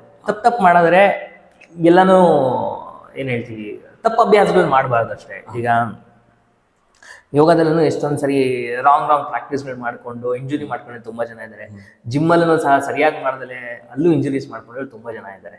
ಸೊ ಹುಡುಕ್ತಂದು ನಾವು ಸರಿಯಾಗಿ ಮಾಡ್ಬೇಕಷ್ಟೇ. ನಾನು ಇಲ್ಲೂ ಸಹ ಅದೇ ಹೇಳೋದು, ನೀವು ಏನನ್ನಾದ್ರೂ ಮಾಡಿ, ಯೋಗನೇ ಮಾಡಿ, ಇದನ್ನೇ ಮಾಡಿ. ಬಟ್ ಯೋಗದಲ್ಲಿ ಒಂದು ಅಡ್ವಾಂಟೇಜ್ ಅಂದ್ರೆ ನಿಮಗೆ ಓವರ್ ಆಲ್ ಪರ್ಸನಾಲಿಟಿ ಡೆವಲಪ್ಮೆಂಟ್ ಆಗುತ್ತೆ. ಮೆಂಟಲ್ ಆಸ್ಪೆಕ್ಟ್ಸ್ಗಳು, ಫಿಸಿಕಲ್ ಆಸ್ಪೆಕ್ಟ್ಗಳು, ಸ್ಟ್ರೆಂತ್, ಸ್ಟ್ಯಾಮಿನಾ ಇದೆಲ್ಲನೂ ಸಹ ಇನ್ಕ್ಲೂಡ್ ಆಗಿರುತ್ತೆ. ಕೆಲವೊಬ್ಬರಿಗೆ ನಾವು ಏನೇ ಮನ್ಸರಿ ನಮ್ಮ ಕ್ಲಾಸ್ಗೆ ಬರೋರು ಹೇಳ್ತಾರೆ, ಸರ್ ನನ್ನ ಮಗಂಗೆ ಎಷ್ಟು ಹೇಳ್ತೀನಿ ಗೊತ್ತಾ, ಯೋಗ ಬನ್ನಿ ಅಂತ. ಇಲ್ಲ ಅವ್ನು ಬರೋದೇ ಇಲ್ಲ ಅಂತ ಹೇಳ್ತಾನೆ ಅಂತ ಹೇಳಿದ್ರೆ ಅವ್ರು ಸುಮ್ಮನೆ ಎಳ್ಕೊಂಬಂದು ಎಷ್ಟೋ ಸರಿ ಹಂಗೂ ಮಾಡ್ತಾರೆ. ಎಳ್ಕೊಂಬಂದು ಇಲ್ಲಿ ಕೂರಿಸ್ತಾರೆ, ಅವ್ರು ಬಂದು ಇಲ್ಲಿ ತೂಗಿಸ್ಕೊಂಡು ಕೂತಿರ್ತಾರೆ. ಹಂಗೆ ಮಾಡೋದಕ್ಕಿಂತ ಎಲ್ಲಿ ಇಂಟ್ರೆಸ್ಟ್ ಇರುತ್ತೋ ಅದೇ ಮಾಡಲಿ. ಶಟ್ಲೇ ಆಡ್ಲಿ, ಜಿಮ್ ಮಾಡ್ತಾರೆ ಜಿಮ್ಮೇ ಮಾಡಲಿ, ಎಲ್ಲಿ ಒಟ್ನಲ್ಲಿ ಇಂಟ್ರೆಸ್ಟ್ ಇರೋ ಕಡೆ ಮಾಡ್ತಿಲ್ಲ. ಒಟ್ಟಿನಲ್ಲಿ ಒಂದು ಫಿಸಿಕಲ್ ಆಕ್ಟಿವಿಟಿ ಇದ್ದೇ ಇರಲಿ.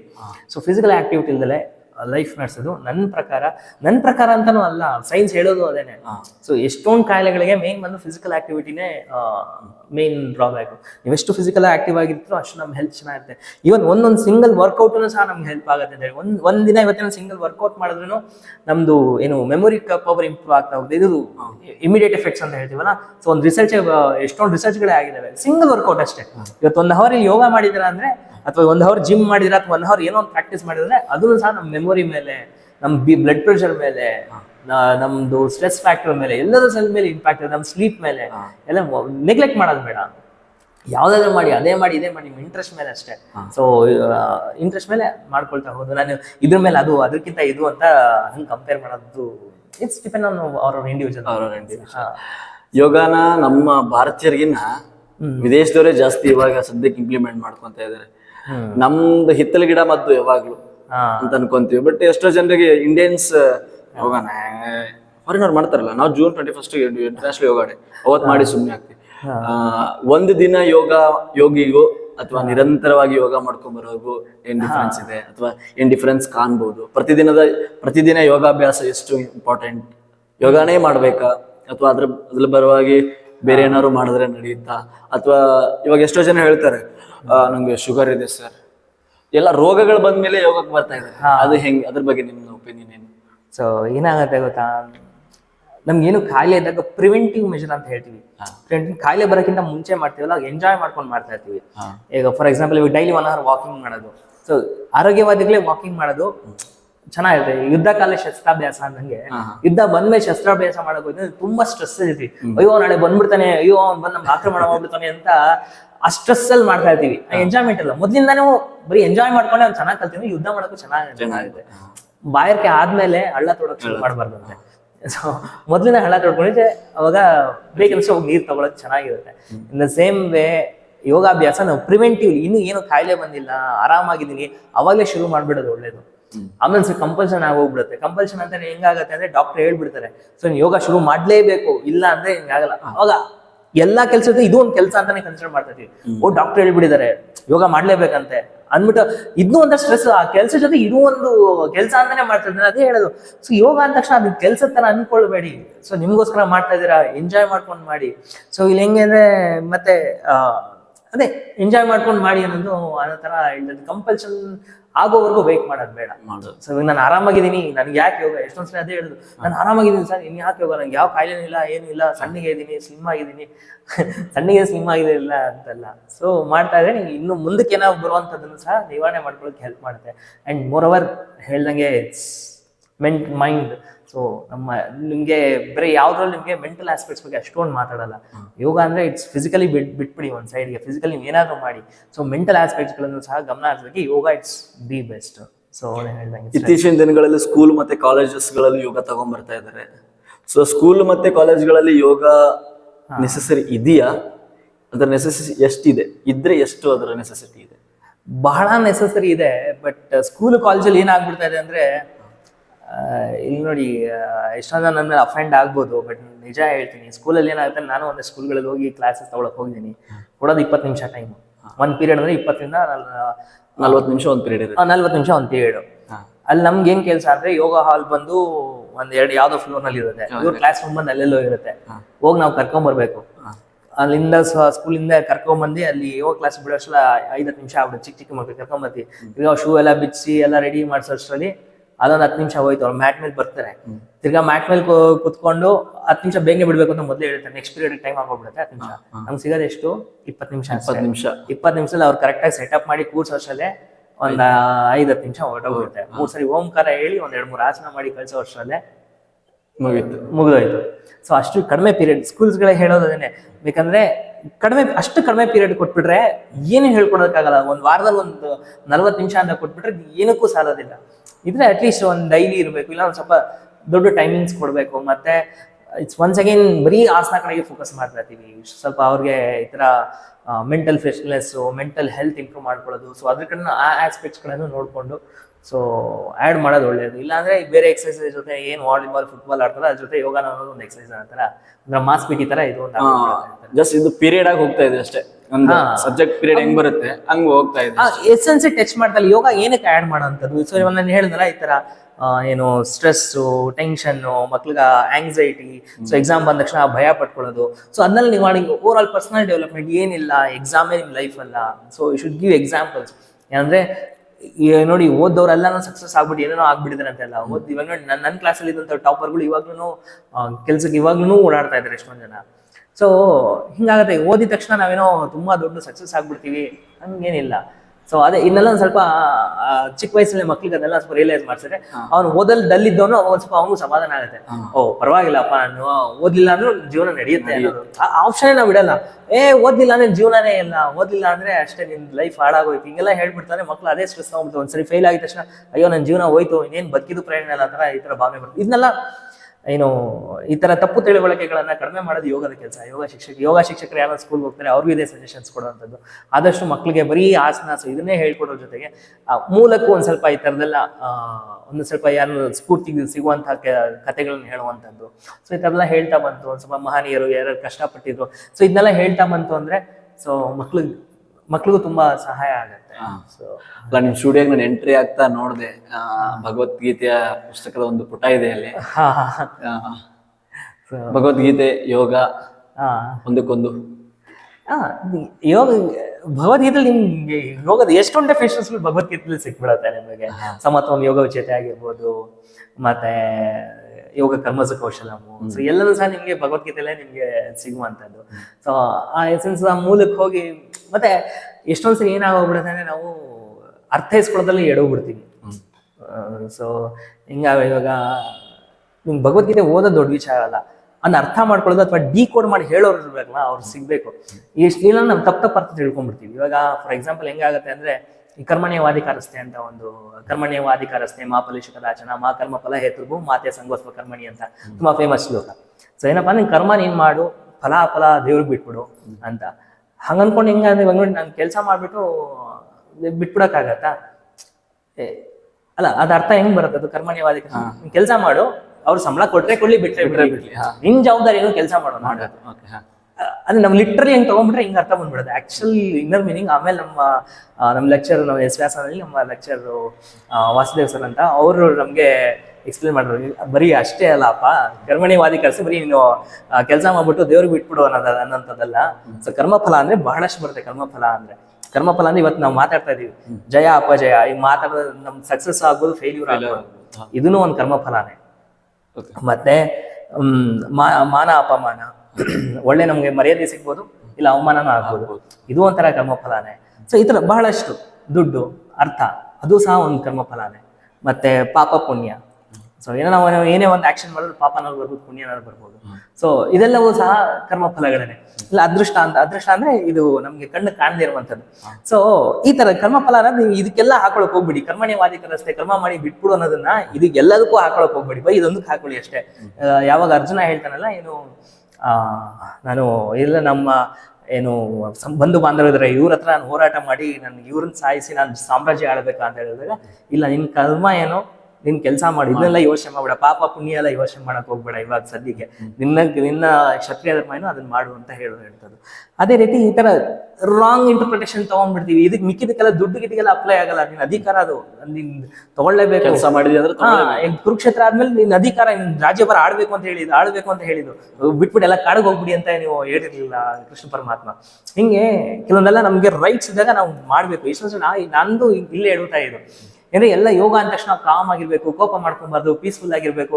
ಹಿಂಗ್ ತಗೊಂಡು ಯಾರು ಏನೇ ಅಂದ್ರೂ ಅನ್ಸ್ಕೊಂಡ್ ಬರ್ತದೆ, ಯಾರೇನೇ ಅಂದ್ರೂ ಬೈಸ್ಕೊಂಡು, ಯಾರು ಎಷ್ಟೇ ಹೇಳ್ಸ್ಕೊಂಡ್ ಬರ್ತಾರೆ, ಪ್ರತಿರೋಧ ತೋರಿಸ್ತಾನೆ ಇರಲಿಲ್ಲ. ನಾನು ಹೇಳ್ತೇನೆ, ತಪ್ಪು ತಿಳುವಳಿಕೆ ನಾವು ಸ್ಕ್ರಿಪ್ಚರ್ಸ್ ಓದ್ಬೇಕಂದ್ರೆ ಅದಕ್ಕೆ ನಾವು ಓದ್ಬೇಕಂದ್ರೆ ಅದನ್ನ ಡಿಕೋಡ್ ಮಾಡಿ ತಿಳ್ಕೊಳ್ಳೋದು, ಅದಕ್ಕೆ ಗುರು ಅನ್ನೋರು ಇರಲೇಬೇಕು. ಬರೀ ನಾನು ಹಂಗೆ ಓದ್ಬಿಡ್ತಂದ್ರೆ ತಪ್ಪಾಗಿ ಏನೇನೋ ಅರ್ಥ ಮಾಡ್ಕೊಂಡ್ಬಿಡ್ತೀವಿ. ಸೊ ಹಿಂಗಾಗೋಗ್ಬಿಡುತ್ತೆ. ಅವಾಗ ಯಾರ್ಯಾರು ಅನ್ಸ್ಕೊ ಆಮೇಲೆ ಗೊತ್ತಾಯ್ತು, ಇಲ್ಲ ಶಾಸ್ತ್ರ ಧರ್ಮ ಇರ್ಲೇಬೇಕು. ಯಾರು ಹತ್ರ ನೀವು ಕರೆಕ್ಟ್ ಆಗಿದ್ದು ಇನ್ನೊಬ್ರು ಏನಾದ್ರು ನಿಮ್ಮ ಮೇಲೆ ದಬ್ಬಾಳಿಕೆ ಮಾಡಕ್ ಬಂದ್ರೆ ನಿಂತ್ಕೊಳ್ಬೇಕು, ಹೋರಾಟ ಮಾಡ್ಬೇಕು, ಅದೇ ಹೇಳುವಂಥದ್ದು. ಇವಾಗ ಅರ್ಜುನ ಯುದ್ಧ ಮಾಡಲ್ಲ ಅಂತ ಹೇಳಿದಾಗ್ಲೂ ಕೃಷ್ಣನೇ ಓದ್ತಿದ್ದು. ಇಲ್ಲ ಮೊದಲೇ ಅರ್ಜುನ ವಿಷಾದ ಯೋಗ ಫುಲ್ ಒಂದ್ ಚಾಪ್ಟರ್ ಬರೀ ವಿಷಾದನೆ. ಇಲ್ಲ ನಮ್ಮ ಅಜ್ಜಿ ನಮ್ಮ ತಾತ ಇದಾರೆ, ನಮ್ಮ ಅಣ್ಣ ತಮ್ಮದಿರಿದ್ದಾರೆ, ನಮ್ಮ ಮೊಮ್ಮಕ್ಕಳು ಸಮಾನರು ಇದ್ದಾರೆ, ಇವ್ರು ತಾನು ಯುದ್ಧ ಮಾಡ್ಬೇಕಂದಾಗ ಕೃಷ್ಣ ಹೇಳ ನಿನ್ ಧರ್ಮ ಸ್ವಂತ, ನಿನ್ನ ಏನು ನಿನ್ ಕೆಲಸ ಇದು ಮಾಡ್ಬೇಕು ಅಂತ ಪ್ರೇರೇಪಣೆ ಮಾಡಿದ್ದು ಅರ್ಜುನ, ಸಾರಿ ಕೃಷ್ಣ. ಸೊ ಹಂಗೆ ನಾವು ಸಹ ಮತ್ತೆ ನಮ್ಮ ದೇವ್ರುಗಳು ಯಾರೇ ಆಗ್ಲಿ, ಕೃಷ್ಣ ಹತ್ರ ನೋಡಿ ಸುದರ್ಶನ್ ಚಕ್ರ ಇದೆ, ನಮ್ಮ ಹನುಮಂತನ ಹತ್ರ ಗದೆ ಇದೆ, ಎಲ್ಲ ಸುಮ್ಮನೆ ಶೋಗ್ ಇಟ್ಕೊಂಡಿರೋದಲ್ಲ. ಏನಾದ್ರು ನಮ್ಗೆ ನಮ್ಮ ಮೇಲೆ ತಪ್ಪು ರೀತಿಯಲ್ಲಿ ದಬ್ಬಾಳಿಕೆ ಆಗ್ತಾರೆ, ಹೋರಾಟ ಮಾಡೋದಕ್ಕೆ ಅದೆಲ್ಲ ಇರುವಂಥದ್ದು. ನಾವು ಅಷ್ಟೇ, ನಾವು ಅಷ್ಟು ಶಾಸ್ತ್ರ ಧರ್ಮ ನಮ್ಮಲ್ಲಿ ಇರಲೇಬೇಕು ಅನ್ನುವಂಥದ್ದು. ಇಲ್ಲಾಂದ್ರೆ ಹಿಂಗೆ ಯೋಗ ಅನ್ನೋ ಕಾಮ್ ಆಗಿರ್ಬೇಕು, ರಿಲ್ಯಾಕ್ಸ್, ಯಾರು ಏನೇ ಆದ್ರೂ ಅನ್ಸ್ಕೊಂಡ್ಬರ್ಬೇಕು, ಹಂಗೆಲ್ಲ ಏನಿಲ್ಲ. ಸೊ ಯೋಗ ಇತ್ತೀಚೆಗೆ ಮಾಡರ್ನೈಸ್ ಆಗ್ತಾ ಇದೆ. ಎಲ್ಲ ಯೋಗಗಳು ಅವರೇ ಗುರುಗಳು ಹೊಟ್ಕೊಳ್ತಾ ಇದ್ದಾರೆ. ಯೋಗನ ಎಲ್ಲೋ ಒಂದು ರಾಂಗ್ ರೂಟಲ್ಲಿ ತಗೊಂಡು ಹೋಗ್ತಾ ಇದ್ದಾರೆ ಅನ್ನೋದು ಒಂದು ಹೊರಗಡೆ ಮಾತು. ಅದಕ್ಕೆ ನೀವೇನ್ ಹೇಳ್ತೀರಾ? ರಾಂಗ್ ರೂಟ್ ಅನ್ನೋಕ್ಕಿಂತ ಅವ್ರಿಗೆ ಹೆಂಗ್ ಬೇಕು ಹಂಗೆ ಮಾಡಿಫೈ ಮಾಡ್ಕೊಂತ ಇದ್ದಾರೆ. ಸೊ ಆಸನಗಳ ಹೆಸರು ಇರ್ಬೋದಾಗಿತ್ತು. ಮುಂಚೆ ಆಸನಗಳ ಹೆಸರುಗಳನ್ನ ನಾವು ಸಂಸ್ಕೃತದಲ್ಲಿ ಯೂಸ್ ಮಾಡ್ತಾ ಇದ್ವಿ. ಇವಾಗ ವೃಕ್ಷಾಸನಕ್ಕೆ ಟ್ರೀ ಪೋಸ್ ಅಂತೆ, ಭುಜಂಗಾಸನಕ್ಕೆ ಕೋಬ್ರಾ ಪೋಸ್ ಅಂತೆ. ಸೊ ಅದನ್ನ ವೃಕ್ಷಾಸನ ಅನ್ನೋದ್ರಿಂದ ಒಳ್ಳೆ ಟಂಗ್ ಟ್ವಿಸ್ಟ್ ಆಗುತ್ತೆ ನಮ್ಗೆ. ಆಸನಗಳ ಹೆಸರು ಉಚ್ಚಾರ ಮಾಡೋದ್ರಿಂದ ಆಗುತ್ತೆ. ಇವಾಗ ಸದ್ಯಕ್ಕೆ ಮಾಡರ್ನೈಸ್ ಆಗಿರೋ ಯೋಗಕ್ಕೂ ಅಥವಾ ನೀವು ಮುಂಚೆಯಿಂದ ಕಲ್ಕೊಂಡ್ ಬಂದ್ರಿ ಆ ಯೋಗಕ್ಕೂ ಏನ್ ಡಿಫ್ರೆನ್ಸ್ ಇದೆ? ನಿಜ, ಅದಂತೂ ತುಂಬಾ ಆಗ್ತಾ ಇದೆ. ಈಗ ನಾನು ಅದೇ ಇಲ್ಲಿ ನಮ್ಮ ಕ್ಲಾಸ್ ಅದೇ ಹೇಳ್ತಾರೆ, ಸರ್ ಇದು ಇಂಗ್ಲಿಷ್ ಹೆಸರು, ಸರ್ ಇಂಗ್ಲಿಷ್ ಹೆಸರು. ನಾನು ಇಂಗ್ಲಿಷ್ ಹೆಸರು ಕಡೆ ತಲೆನೇ ಕೆಡ್ಸ್ಕೊಂಬೇಡಿ, ನೀವು ಸಂಸ್ಕೃತ ಹೆಸರನ್ನೇ ನೀವು ನೆನ್ಪಿಟ್ಕೊಳ್ಳಿ. ನೋಡಿ, ಫಾರ್ ಎಕ್ಸಾಂಪಲ್ ಚೆನ್ನಾಗಿ ಹೇಳಿದ್ವಿ, ಈಗ ವೀರಭದ್ರ ಅಂತ ತಕ್ಷಣ ನಮ್ಗೆ ಏನ್ ನೆನ್ಪು ಬರೋದು? ವೀರಭದ್ರ ಈಶ್ವರಂದ ಒಂದು ಗಣ. ನಮ್ಗೆ ಈಶ್ವರನ್ ಇಷ್ಟೆಲ್ಲ, ನಮ್ಗೆ ವೀರಭದ್ರ ಅಂತ ತಕ್ಷಣ ನಮ್ಗೆ ಇಷ್ಟೆಲ್ಲ ನೆನ್ಪು ಬಂದ್ಬಿಡುತ್ತೆ. ವ್ಯಾರಿಯರ್ ಪೋಸ್ ಅಂತಾರೆ. ವ್ಯಾರಿಯರ್ ಸೈನಿಕ ಅನ್ನೋದಕ್ಕೂ ಇದಕ್ಕೂ ಏನು ಇದು? Sarvangasana, shoulder stand. ಸರ್ವಾಂಗ ಅಂದ್ರೆ ಎಲ್ಲ ಅಂಗಗಳನ್ನು ಒಳಗೊಂಡಿರುವಂತ ಎಲ್ಲ ಅಂಗಕ್ಕೂ ಸಕಾರಾತ್ಮಕವಾದ ಬೆನಿಫಿಟ್ ಕೊಡುವಂತಹ ಆಸನ ಅಂತ ನಾವು ಸಂಸ್ಕೃತದಲ್ಲಿ ಇರೋದು. ಶೋಲ್ಡರ್ ಸ್ಟ್ಯಾಂಡ್, ಶೋಲ್ಡರ್ ಮೇಲೆ ನಿಂತ್ಕೊಂಡು ಮಾಡೋದು. ಈ ತರದ್ದು ಎಷ್ಟು ಆಗೋಗ್ಬಿಡುತ್ತೆ. ಅದಕ್ಕೆ ನಾನು ಹೇಳೋದಷ್ಟೇ, ಸಂಸ್ಕೃತ ಹೆಸರುಗಳನ್ನ ನೆನಪಲ್ಲಿ ಇಟ್ಕೊಳ್ಳಿ. ಅದಕ್ಕಿರೋ ಎಸೆನ್ಸೇ ಬೇರೆ. ನೀವು ಇಂಗ್ಲಿಷ್ ನಲ್ಲಿ ಇಟ್ಕೊಳ್ಳಿ, ಬೇಕಾದ್ರೆ ನಾಲೆಜ್ ವೈಸ್ ತಿಳ್ಕೊಳ್ಳೋದಕ್ಕೆ ಏನು ತಪ್ಪಿಲ್ಲ, ತಿಳ್ಕೊಳ್ಳಿ. ಬಟ್ ಅದನ್ನೇ ನೀವು ಮೂಲ ಅಂತ ಅನ್ಕೊಂಡು ಕ್ಲಾಸಲ್ಲಿ ಹೇಳ್ಕೊಡ್ಬೇಕಂದ್ರೂ ಬರೀ ಕೋಬ್ರಾ ಪೋಸು, ಬರೀ ಈ ತರ ನೆನ್ಪಿಟ್ಕೊಳ್ಳೋದು, ವೀಲ್ ಪೋಸು, ಆ ಥರ ನೆನ್ಪಿಟ್ಕೊಳ್ಳೋದು ಬೇಡ. ಸಂಸ್ಕೃತ ನೀವು ಇಟ್ಕೊಳ್ಳಿ. ಬಟ್ ಇದು ನಮ್ದು ನಾಲ್ಗೆ ಹೊರಳಲ್ಲ ಅಂತ ಅನ್ಕೊಂಡು ವೆಸ್ಟರ್ನೈಸ್ ಅವ್ರ ಅನುಕೂಲ ತಕ್ಕಂಗೆ ಹೆಸರು ಇಟ್ಕೊಂಡಿದ್ದಾರೆ. ನಾವೇ ಹೆಸರು ತಗೊಂಡು ನಾವೇ ನಿಮ್ ನಾಲ್ಗೆ ಚೆನ್ನಾಗಿ ಹೊರಳ್ತಾ ಇದ್ದೇನೆ ತಗೊಂಡು ನೀವು ಅದನ್ನೇ ಯೂಸ್ ಮಾಡ್ಕೊಳ್ಳಿ ಅನ್ನೋದು ಅದೊಂದು. ಮತ್ತೆ ಈ ಗುರುಗಳ ವಿಚಾರಕ್ಕೆ ಬಂದ್ರೆ, ಸೊ ಎಲ್ಲರದು ಅವ್ರದ್ದೇ ಪಾತ್ರ. ನಾನು ಪರ್ಸನಲಿ ಹೇಳ್ತೇನೆ, ಎಲ್ಲರದು ಅವ್ರದ್ದೇ ಪಾತ್ರ ಇರುತ್ತೆ. ಈಗ ಹೆಂಗೆ ಅಂದರೆ, ನಮ್ಮ ನನ್ನ ಪರಿಚಯದವರು ಇದ್ದಾರೆ, ಅವ್ರಿಗೆ ಹೆಂಗೆ ಅಂದರೆ ಒಂದ್ ಕಡೆ ಒಂದೊಂದು ಸರಿ ನಂಬಿಕೆ ಕಳ್ಕೊಂಡ್ಬಿಟ್ಟಿದ್ದಾರೆ. ಅದು ಇದು ಆ ಸ್ಕ್ಯಾಮ್ ಈ ಸ್ಕ್ಯಾಮ್, ಗುರುಗಳು ಅನ್ನೋದಕ್ಕಿಂತ ಅದೇ ಆ ಸ್ವಾಮೀಜಿ ಅಲ್ಲಿ ಆ ಸ್ಕ್ಯಾಮಲ್ಲಿ ತಗೊಳ್ಳಿ, ಹಿಂಗೆ ತಗೊಳ್ಳೋ, ಅವ್ರು ಸ್ವಾಮೀಜಿಗಳು ಕೇಳದೆ ಬಿಟ್ಬಿಟ್ಟಿದ್ದಾರೆ. ನನಗೆ ಹಂಗೆ ಅದನ್ನ ಕೇಳದೆ ಬಿಟ್ಬಿಟ್ಟಿದ್ದೀನಿ ನಾನು ಅನ್ನೋ ಥರ ಅವ್ರಿಗೆ ಆ ಥರ ಆಗೋಗ್ಬಿಟ್ಟಿದೆ. ಸೊ ಅಂಥವ್ರಿಗೆ ಬೇರೆಯವ್ರು ಯಾರಾದರೂ ಒಂಥರ ಮಾಡರ್ನೈಸ್ಡ್ ಆಗಿರೋ ಹೇಳೋದು ಅದನ್ನ ಚೆನ್ನಾಗಿ ಕೇಳ್ತಾರೆ. ಸೊ ಓಕೆ, ಅವ್ರ ಪರ್ಪಸ್ ಅವ್ರು ರೀಚ್ ಮಾಡ್ತಾರೆ, ಇವ್ರ ಪರ್ಪಸ್ ಇವ್ರು ರೀಚ್ ಮಾಡ್ತಾ ಇದ್ದಾರೆ. ಸೊ ಕೆಲವರು ತುಂಬಾ ನಿಷ್ಠೆಯಿಂದ ಸ್ವಾಮಿಗಳು ಹೇಳಿದ ಮಾತು ಕೇಳೋರು ತುಂಬಾ ಜನ ಇದ್ದಾರೆ. ಓಕೆ, ಮತ್ತೆ ಯಾರು ಒಳ್ಳೆಯವರು ಯಾರು ಕೆಟ್ಟರು ಅಂತ ನಾವು ಇಲ್ಲಿ ಕುತ್ಕೊಂಡು ನಾವು ಜಡ್ಜ್ ಮಾಡ್ತೀವಿ. ಮತ್ತೆ ಎಲ್ಲರದ್ದು ಅವ್ರದ್ದೇ ಪಾತ್ರ ಇದ್ದೇ ಇರುತ್ತೆ. ಇವರೇ ಒಳ್ಳೆಯವರು ಅವರೇ ಕೆಟ್ಟರು ಅಂತ ಹೇಳೋದಕ್ಕಾಗೋದಿಲ್ಲ. ಸೊ ಮತ್ತೆ ಎಲ್ಲರದ್ದು ಅವ್ರದ್ದೇ ಜಸ್ಟಿಫಿಕೇಶನ್ ಇರುತ್ತೆ, ಅವ್ರದ್ದೇ ಕ್ಲಾರಿಫಿಕೇಶನ್ಸ್ ಇರುತ್ತೆ. ನಾವು ಹೇಳ್ತೀವಿ, ನಾನು ಇಲ್ಲಿ ಕುತ್ಕೊಂಡು ಹೇಳ್ಬೋದು, ಯೋಗ ಅಂದ್ರೆ ಏನು, ಎಲ್ಲ ಫ್ರೀಯಾಗಿ ಹೇಳ್ಕೊಡ್ಬೇಕು, ಇವ್ರು ಇಷ್ಟೊಂದು ಕೋಟಿ ದುಡ್ಡು ಮಾಡಿದ್ದಾರೆ, ಅಷ್ಟೊಂದು ಕೋಟಿ ದುಡ್ಡು ಮಾಡಿದ್ದಾರೆ, ಹಂಗೆ ಹೇಗೆ ಅಂತ. ಯಾಕಂದ್ರೆ ನಮ್ಮ ಗೌರ್ಮೆಂಟ್ ಅಲ್ಲಿ ಯಾವ್ದು ಆ ಥರ ಎಕ್ಸೆಪ್ಟ್. ಆಗಿನ ಕಾಲದಲ್ಲಿ ರಾಜರು ನೋಡ್ಕೊಂತಾ ಇದ್ರಂತೆ ಎಲ್ಲವನ್ನು.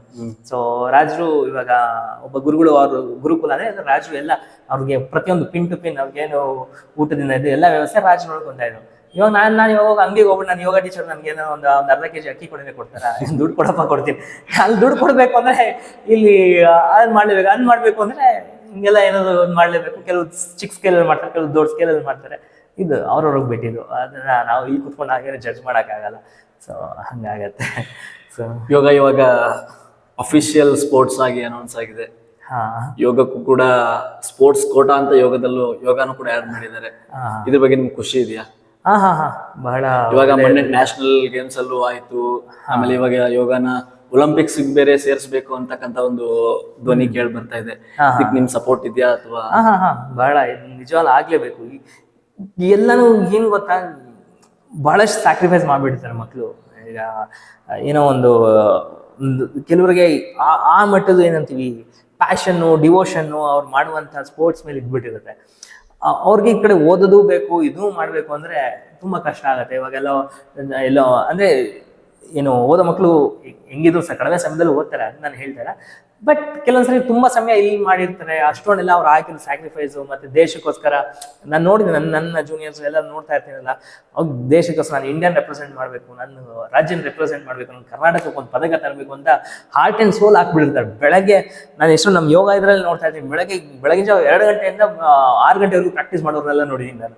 ಬರೀ ಕಾಂಪಿಟೇಷನ್ಗೋಸ್ಕರ, ಒಂದು ಕಾಂಪಿಟೇಷನ್ ಅಂತ ಅಂದ್ರೆ ಮತ್ತೆ ಊಟ 2 ದಿನ 3 ದಿನ ಏನೋ ಕಾಂಪಿಟೇಷನ್ ಇದೆ ಅಂದ್ರೆ ಫುಲ್ ಊಟನೇ ಸರಿಯಾಗಿ ಮಾಡೋದಿಲ್ಲ ಆ ಥರ. ಬಟ್ ಒಂದ್ ಕಡೆಯಿಂದ ನೋಡಿದ್ರೆ ತಪ್ಪು, ಅದೆಲ್ಲ ಆ ಥರ ಮಟ್ಟಿಗೆ ಮಾಡಬಾರ್ದು. ಬಟ್ ಆದ್ರೂ ಆ ಹುರುಪು ಅದರದೆಲ್ಲ ಸ್ಯಾಕ್ರಿಫೈಸ್ ಮಾಡಿರ್ತಾರೆ. ಅವ್ರಿಗೊಂಚೂರು ಏನಾದ್ರು ಸರ್ಕಾರದಿಂದ ಒಂದ್ ಸ್ವಲ್ಪ ಈ ಥರ ಸಹಕಾರ ಸಿಕ್ಕಿದ್ರೆ ಮಕ್ಳಿಗೆ ತುಂಬಾ ಒಳ್ಳೇದಾಗತ್ತೆ. ನನಗಂತೂ ಫುಲ್ ಸಪೋರ್ಟ್ ಇದೆ. ಯೋಗ ಮುಂಚೆ ಬರೀ ಆಸನಗಳಿತ್ತು, ಇವಾಗ ಕಾಂಪಿಟೇಷನ್ ಆಗ್ತಾ ಇದೆ. ಯೋಗ ಕಾಂಪಿಟೇಷನ್ ಆಗ್ತಲ್ಲ, ಯೋಗ ಕಾಂಪಿಟೇಷನ್ ನಡೀತಾ ಇದಾವೆ. ಯೋಗ ಆಸನಗಳ ಕಾಂಪಿಟೇಷನ್, ಯೋಗ ಕಾಂಪಿಟೇಷನ್ ಆಗ್ತಾ ಇಲ್ಲ ಸ್ನೇಹಿತರೆ, ಯೋಗ ಆಸನಗಳ ಕಾಂಪಿಟೇಷನ್ ಆಗ್ತಾ ಇದೆ. ಇಲ್ಲ, ಯೋಗ ಕಾಂಪಿಟೇಷನ್ ಆಗ್ತಾ ಇದೆ. ಅದ್ರ ಬಗ್ಗೆ ನಾವು ಮಾತಾಡೋದು ಬೇಡ, ಕಾಂಟ್ರವರ್ಸಿ ಆಗ್ತದೆ. ಪಾಡ್ಕಾಸ್ಟ್ ಬರೀ ಕಾಂಟ್ರವರ್ಸಿ ಮಾಡೋದು ಬೇಡ. ಇಲ್ಲ, ಕಾಯ್ತಾ ಇರ್ತಾರೆ. ಬೇಗ ಪಾಸಿಟಿವ್ ಹೋಗೋದಕ್ಕಿಂತ ನೆಗೆಟಿವ್ ಪಾಯಿಂಟ್ಸ್ ಸಣ್ಣ ಪುಟ್ಟ ಎಲ್ಲೋ 1-2 ಕ್ಲಿಪ್ಗಳು ಸಿಕ್ಕಾಕೊಂಡ್ಬಿಟ್ರು ನೆಗೆಟಿವ್ ಬೇಗ ಸ್ಪ್ರೆಡ್ ಆಗ್ಬಿಡುತ್ತೆ ಪಾಸಿಟಿವ್ ಗಿನ್ನ. ಸೊ ಹಂಗಾಗಿ ನಾವಿನ್ನ ಚಿಕ್ಕವರು, ಅಲ್ಲೇ ಇರೋಣ. ಇದೆಲ್ಲ ಪ್ರಾಣಿಗಳ ಗುಣ ಅಂತ ನಾನು ಮನೆ ಕೇಳ್ತಿದ್ದೆ. ಈ ಪ್ರಾಣಿಗಳ ಗುಣ ಹಂಗೇನೆ. ಏನಪ್ಪಾ ಅಂದ್ರೆ ಕೆಟ್ಟದನ್ನ, ಈಗ ಫೈಟ್ ಆಡೋದು, ಎಲ್ಲೋ ಫೈಟ್ ಆಗ್ತದೆ, ನಾಯಿಗಳೆಲ್ಲ ರೊಪ್ಪಲ್ಲಿ ಮುರಿದೋಗ್ಬಿಡುತ್ತೆ. ಸೊ ಇವಾಗ ನೋಡಿ, ಇವಾಗ ಏನಾದ್ರು ಕೆಟ್ಟದ್ ಕಾಂಟ್ರವರ್ಸಿ ಆಗಿ ನಾವೇ ನೋಡ್ಲಿ, ಏನೋ ಒಂದು ರೀಲ್ ಎಲ್ಲ ನೋಡಿದ್ರೆ ಈಗ ಕಾಂಟ್ರವರ್ಸಿ ಆಗೋದ್ರೆ ನೀವು ನೋಡ್ತಾ ಇದ್ರಿ, ಮತ್ತೆ ಯಾರು ಅಕ್ಕಪಕ್ಕ ಜಗಳ ಆಡ್ತಾರೆ ನಿಂತ್ಕೊಂಡು ನೋಡೋದು, ಇದೆಲ್ಲ ಪ್ರಾಣಿಗಳ ಗುಣ ಅಂತ. ನಾವ್ ಅದನ್ನ ಸ್ವಲ್ಪ ಮೇಲ್ ಒಳ್ಳೇದ್ ನೋಡಿ, ಒಳ್ಳೇದ್ ಯಾರೋ ನಾವು ಕೇಳ್ತಾರೆ ಹಂಗೆ ಚೇಂಜ್ ಮಾಡ್ಬಿಡ್ತೀವಿ. ಯಾಕಂದ್ರೆ ಗಲಾಟೆ ಆಗ್ತದೆ ಅಂದ್ರೆ ಫುಲ್ ನೋಡ್ತಾ ಇದೀವಿ. ಆ ಗುಣ ಕಡಿಮೆ ಆಗ್ಬೇಕು ಅಂತ.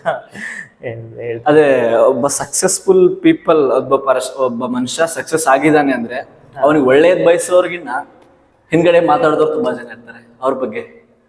ಅಲ್ಲ, ಹಂಗನ್ನೋದಕ್ಕಿಂತ ಇದು ಕಾಮನ್ ಹ್ಯೂಮನ್ ಸೈಕಾಲಜಿನೇ ಅದು.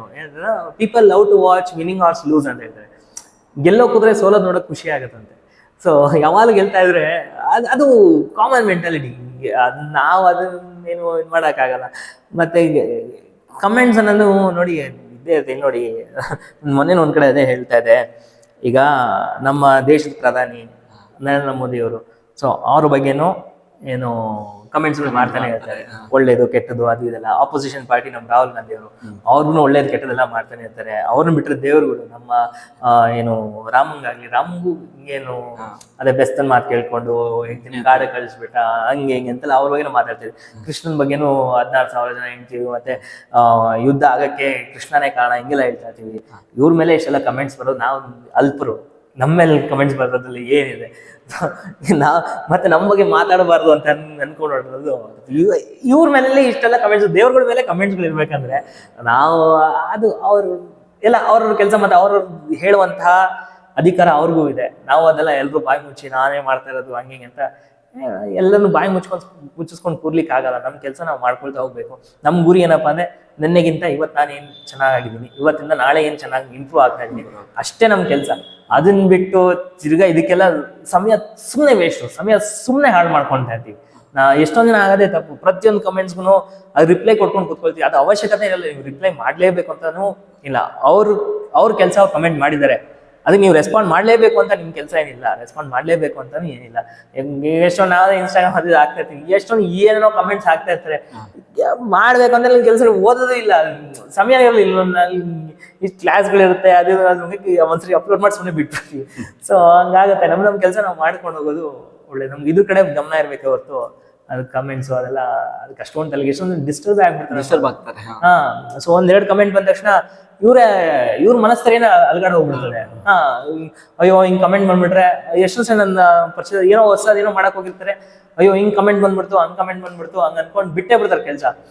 ಮತ್ತೆ ಎಲ್ಲ ನನ್ನ ಜೂನಿಯರ್ಸ್ ಮತ್ತೆ ಎಲ್ಲರಿಗೂ ಅದೇ ಹೇಳಿ, ನಮ್ಗೆ ಮಾರ್ಗದರ್ಶನ ಸಿಕ್ಕಿಲ್ಲ. ಅದಕ್ಕೆ ಹಂಚ್ಕೊಳ್ತಾ ಇದೀನಿ. ಈ ಟ್ರಾನ್ಸಿಷನ್ ಪೀರಿಯಡ್ ಅಂತ ಹೇಳಿದ್ರೆ ಹೊಸದೇನಾದ್ರು ಮಾಡಕ್ ಬಂದಾಗ ಬೇರೆ ಕಮೆಂಟ್ಗಳು ಬರುತ್ತೆ. ಈ ಟ್ರಾನ್ಸಿಷನ್ ಪೀರಿಯಡ್ ಅಲ್ಲಿ ತುಂಬಾ ಕಷ್ಟ. ನನ್ ಬಂದು ಡಿಪ್ಲೊಮಾ ಇನ್ಸ್ಟ್ರೂಮೆಂಟ್ ಇದು ಎಲೆಕ್ಟ್ರಾನಿಕ್ಸ್ ಕಮ್ಯುನಿಕೇಶನ್.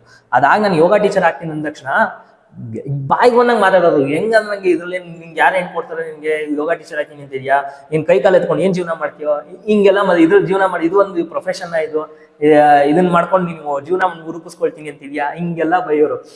ಅಂದ್ರೆ ಆ ಟೈಮ್ ತಡ್ಕೊಳ್ಳೋದಿದೆಯಲ್ಲ, ಆ ಪರ್ಸಿವರೆನ್ಸ್ ಅಂತ ಹೇಳ್ತೀವಲ್ಲ, ಏನೇ ಹೆಚ್ಚು ಕಡಿಮೆ ಏನೇ ಇದು ಬಂದು ತಡ್ಕೊಂಡು ಅದೇ ಜಾಗ ಮಾರ್ಗದಲ್ಲಿ ಹೋಗೋದಿದೆಯಲ್ಲ, ಒಂಚೂರು ಪಾಸ್ ಆಗ್ಬಿಡಿ, ಅದಾದ್ಮೇಲೆ ನಿಮ್ಗೆ ಒಂಥರ ದಾರಿ ಚೆನ್ನಾಗಿರುತ್ತೆ. ಆ ಟ್ರಾನ್ಸಿಷನ್ ಪೀರಿಯಡ್ ಇದೆಯಲ್ಲ, ಇಲ್ಲಿಂದ ಅಲ್ಲಿಗೆ ಹೋಗೋದು, ಅಲ್ಲಿ ಹೋಗೋರ್ಗು ಕಷ್ಟ. ಸೊ ಅಲ್ಲಿವರೆಗೂ ಇದೆಲ್ಲ ಸಹಿಸ್ಕೊಳ್ಬೇಕು, ಏನೇನೋ ಆಪ್ಷನ್ ಇಲ್ಲ. ಇವೆಲ್ಲ ಮಾತಾಡೋಲ್ಲ ಅನ್ಸ್ಕೊಂಡು ಇಲ್ಲಾಂದ್ರೆ ಅಲ್ಲೇ ಎಡೋಗ್ಬಿಡ್ತಾನೆ. ಇವಾಗ ನೋಡಿ, ಅಲ್ಲೇನೋ ಎಡೋಗ್ಬಿಟ್ಟಿದ್ದಾರೆ. ಇವಾಗ ನಾನು ಎಲ್ಲೋ ಬೇರೆ, ನೀವು ಕರಿತಾ ಇರಲಿಲ್ಲ, ನಾನು ಇಲ್ಲಿ ಇರ್ತಾ ಇರಲಿಲ್ಲ, ನಾನು ಯಾವುದೋ ಕಂಪ್ನಿಲಿ ಇವಾಗ ಟಿಫಿನ್ ಕ್ಯಾರಿಯರ್ ಎತ್ಕೊಂಡು ಹೋಗಿ ಅಂದ್ರೆ ನಾನು ಯಾವುದೇ ಪ್ರೊಫೆಷನ್ ಡಿಗ್ರೇಡ್ ಮಾಡ್ತಾ ಇಲ್ಲ, ಹೇಳ್ತಾ ಇದ್ದೀನಿ ಅಷ್ಟೇ. It's not my cup of D. ನನ್ಗೆ ಅದ್ರಲ್ಲಿ ನನಗೆ ಸ್ಯಾಟಿಸ್ಫ್ಯಾಕ್ಷನ್ ಇರ್ತಾ ಇಲ್ಲ. ನಾನೇನು ಇವತ್ತು ಹೋಗಿ ಇಂಜಿನಿಯರ್ ಸ್ವಲ್ಪ ಜಾಸ್ತಿ ದುಡಿತಾ ಇದ್ದೆ, ಏನ್ ಕತೆ ಗೊತ್ತಿರ್ಲಿಲ್ಲ, ದುಡಿತಾ ಇದ್ದ ಇಲ್ವಾ, ಅದು ಎರಡನೇ ವಿಚಾರ. ಬಟ್ ಈ ತೃಪ್ತಿ 100% ಇರ್ತಾ ಇಲ್ಲ. ಇವತ್ತು ನಂಗೆ ಏನೋ ಕಡಿಮೆ ದುಡ್ಡು, ಏನೋ ಒಂದು ದುಡ್ಡು ಖರ್ಚು ಒಂದ್ ಕಡೆಗೆ ಇರಲಿ, ಸ್ಯಾಟಿಸ್ಫ್ಯಾಕ್ಷನ್ ಅನ್ನೋದು ಇದೆ. ಮತ್ತೆ ಹೇಳ್ಬೋದಾ, ಸಮಯ ಇದೆಯಾ? ಒಂದೇ ಒಂದು. ಓಕೆ.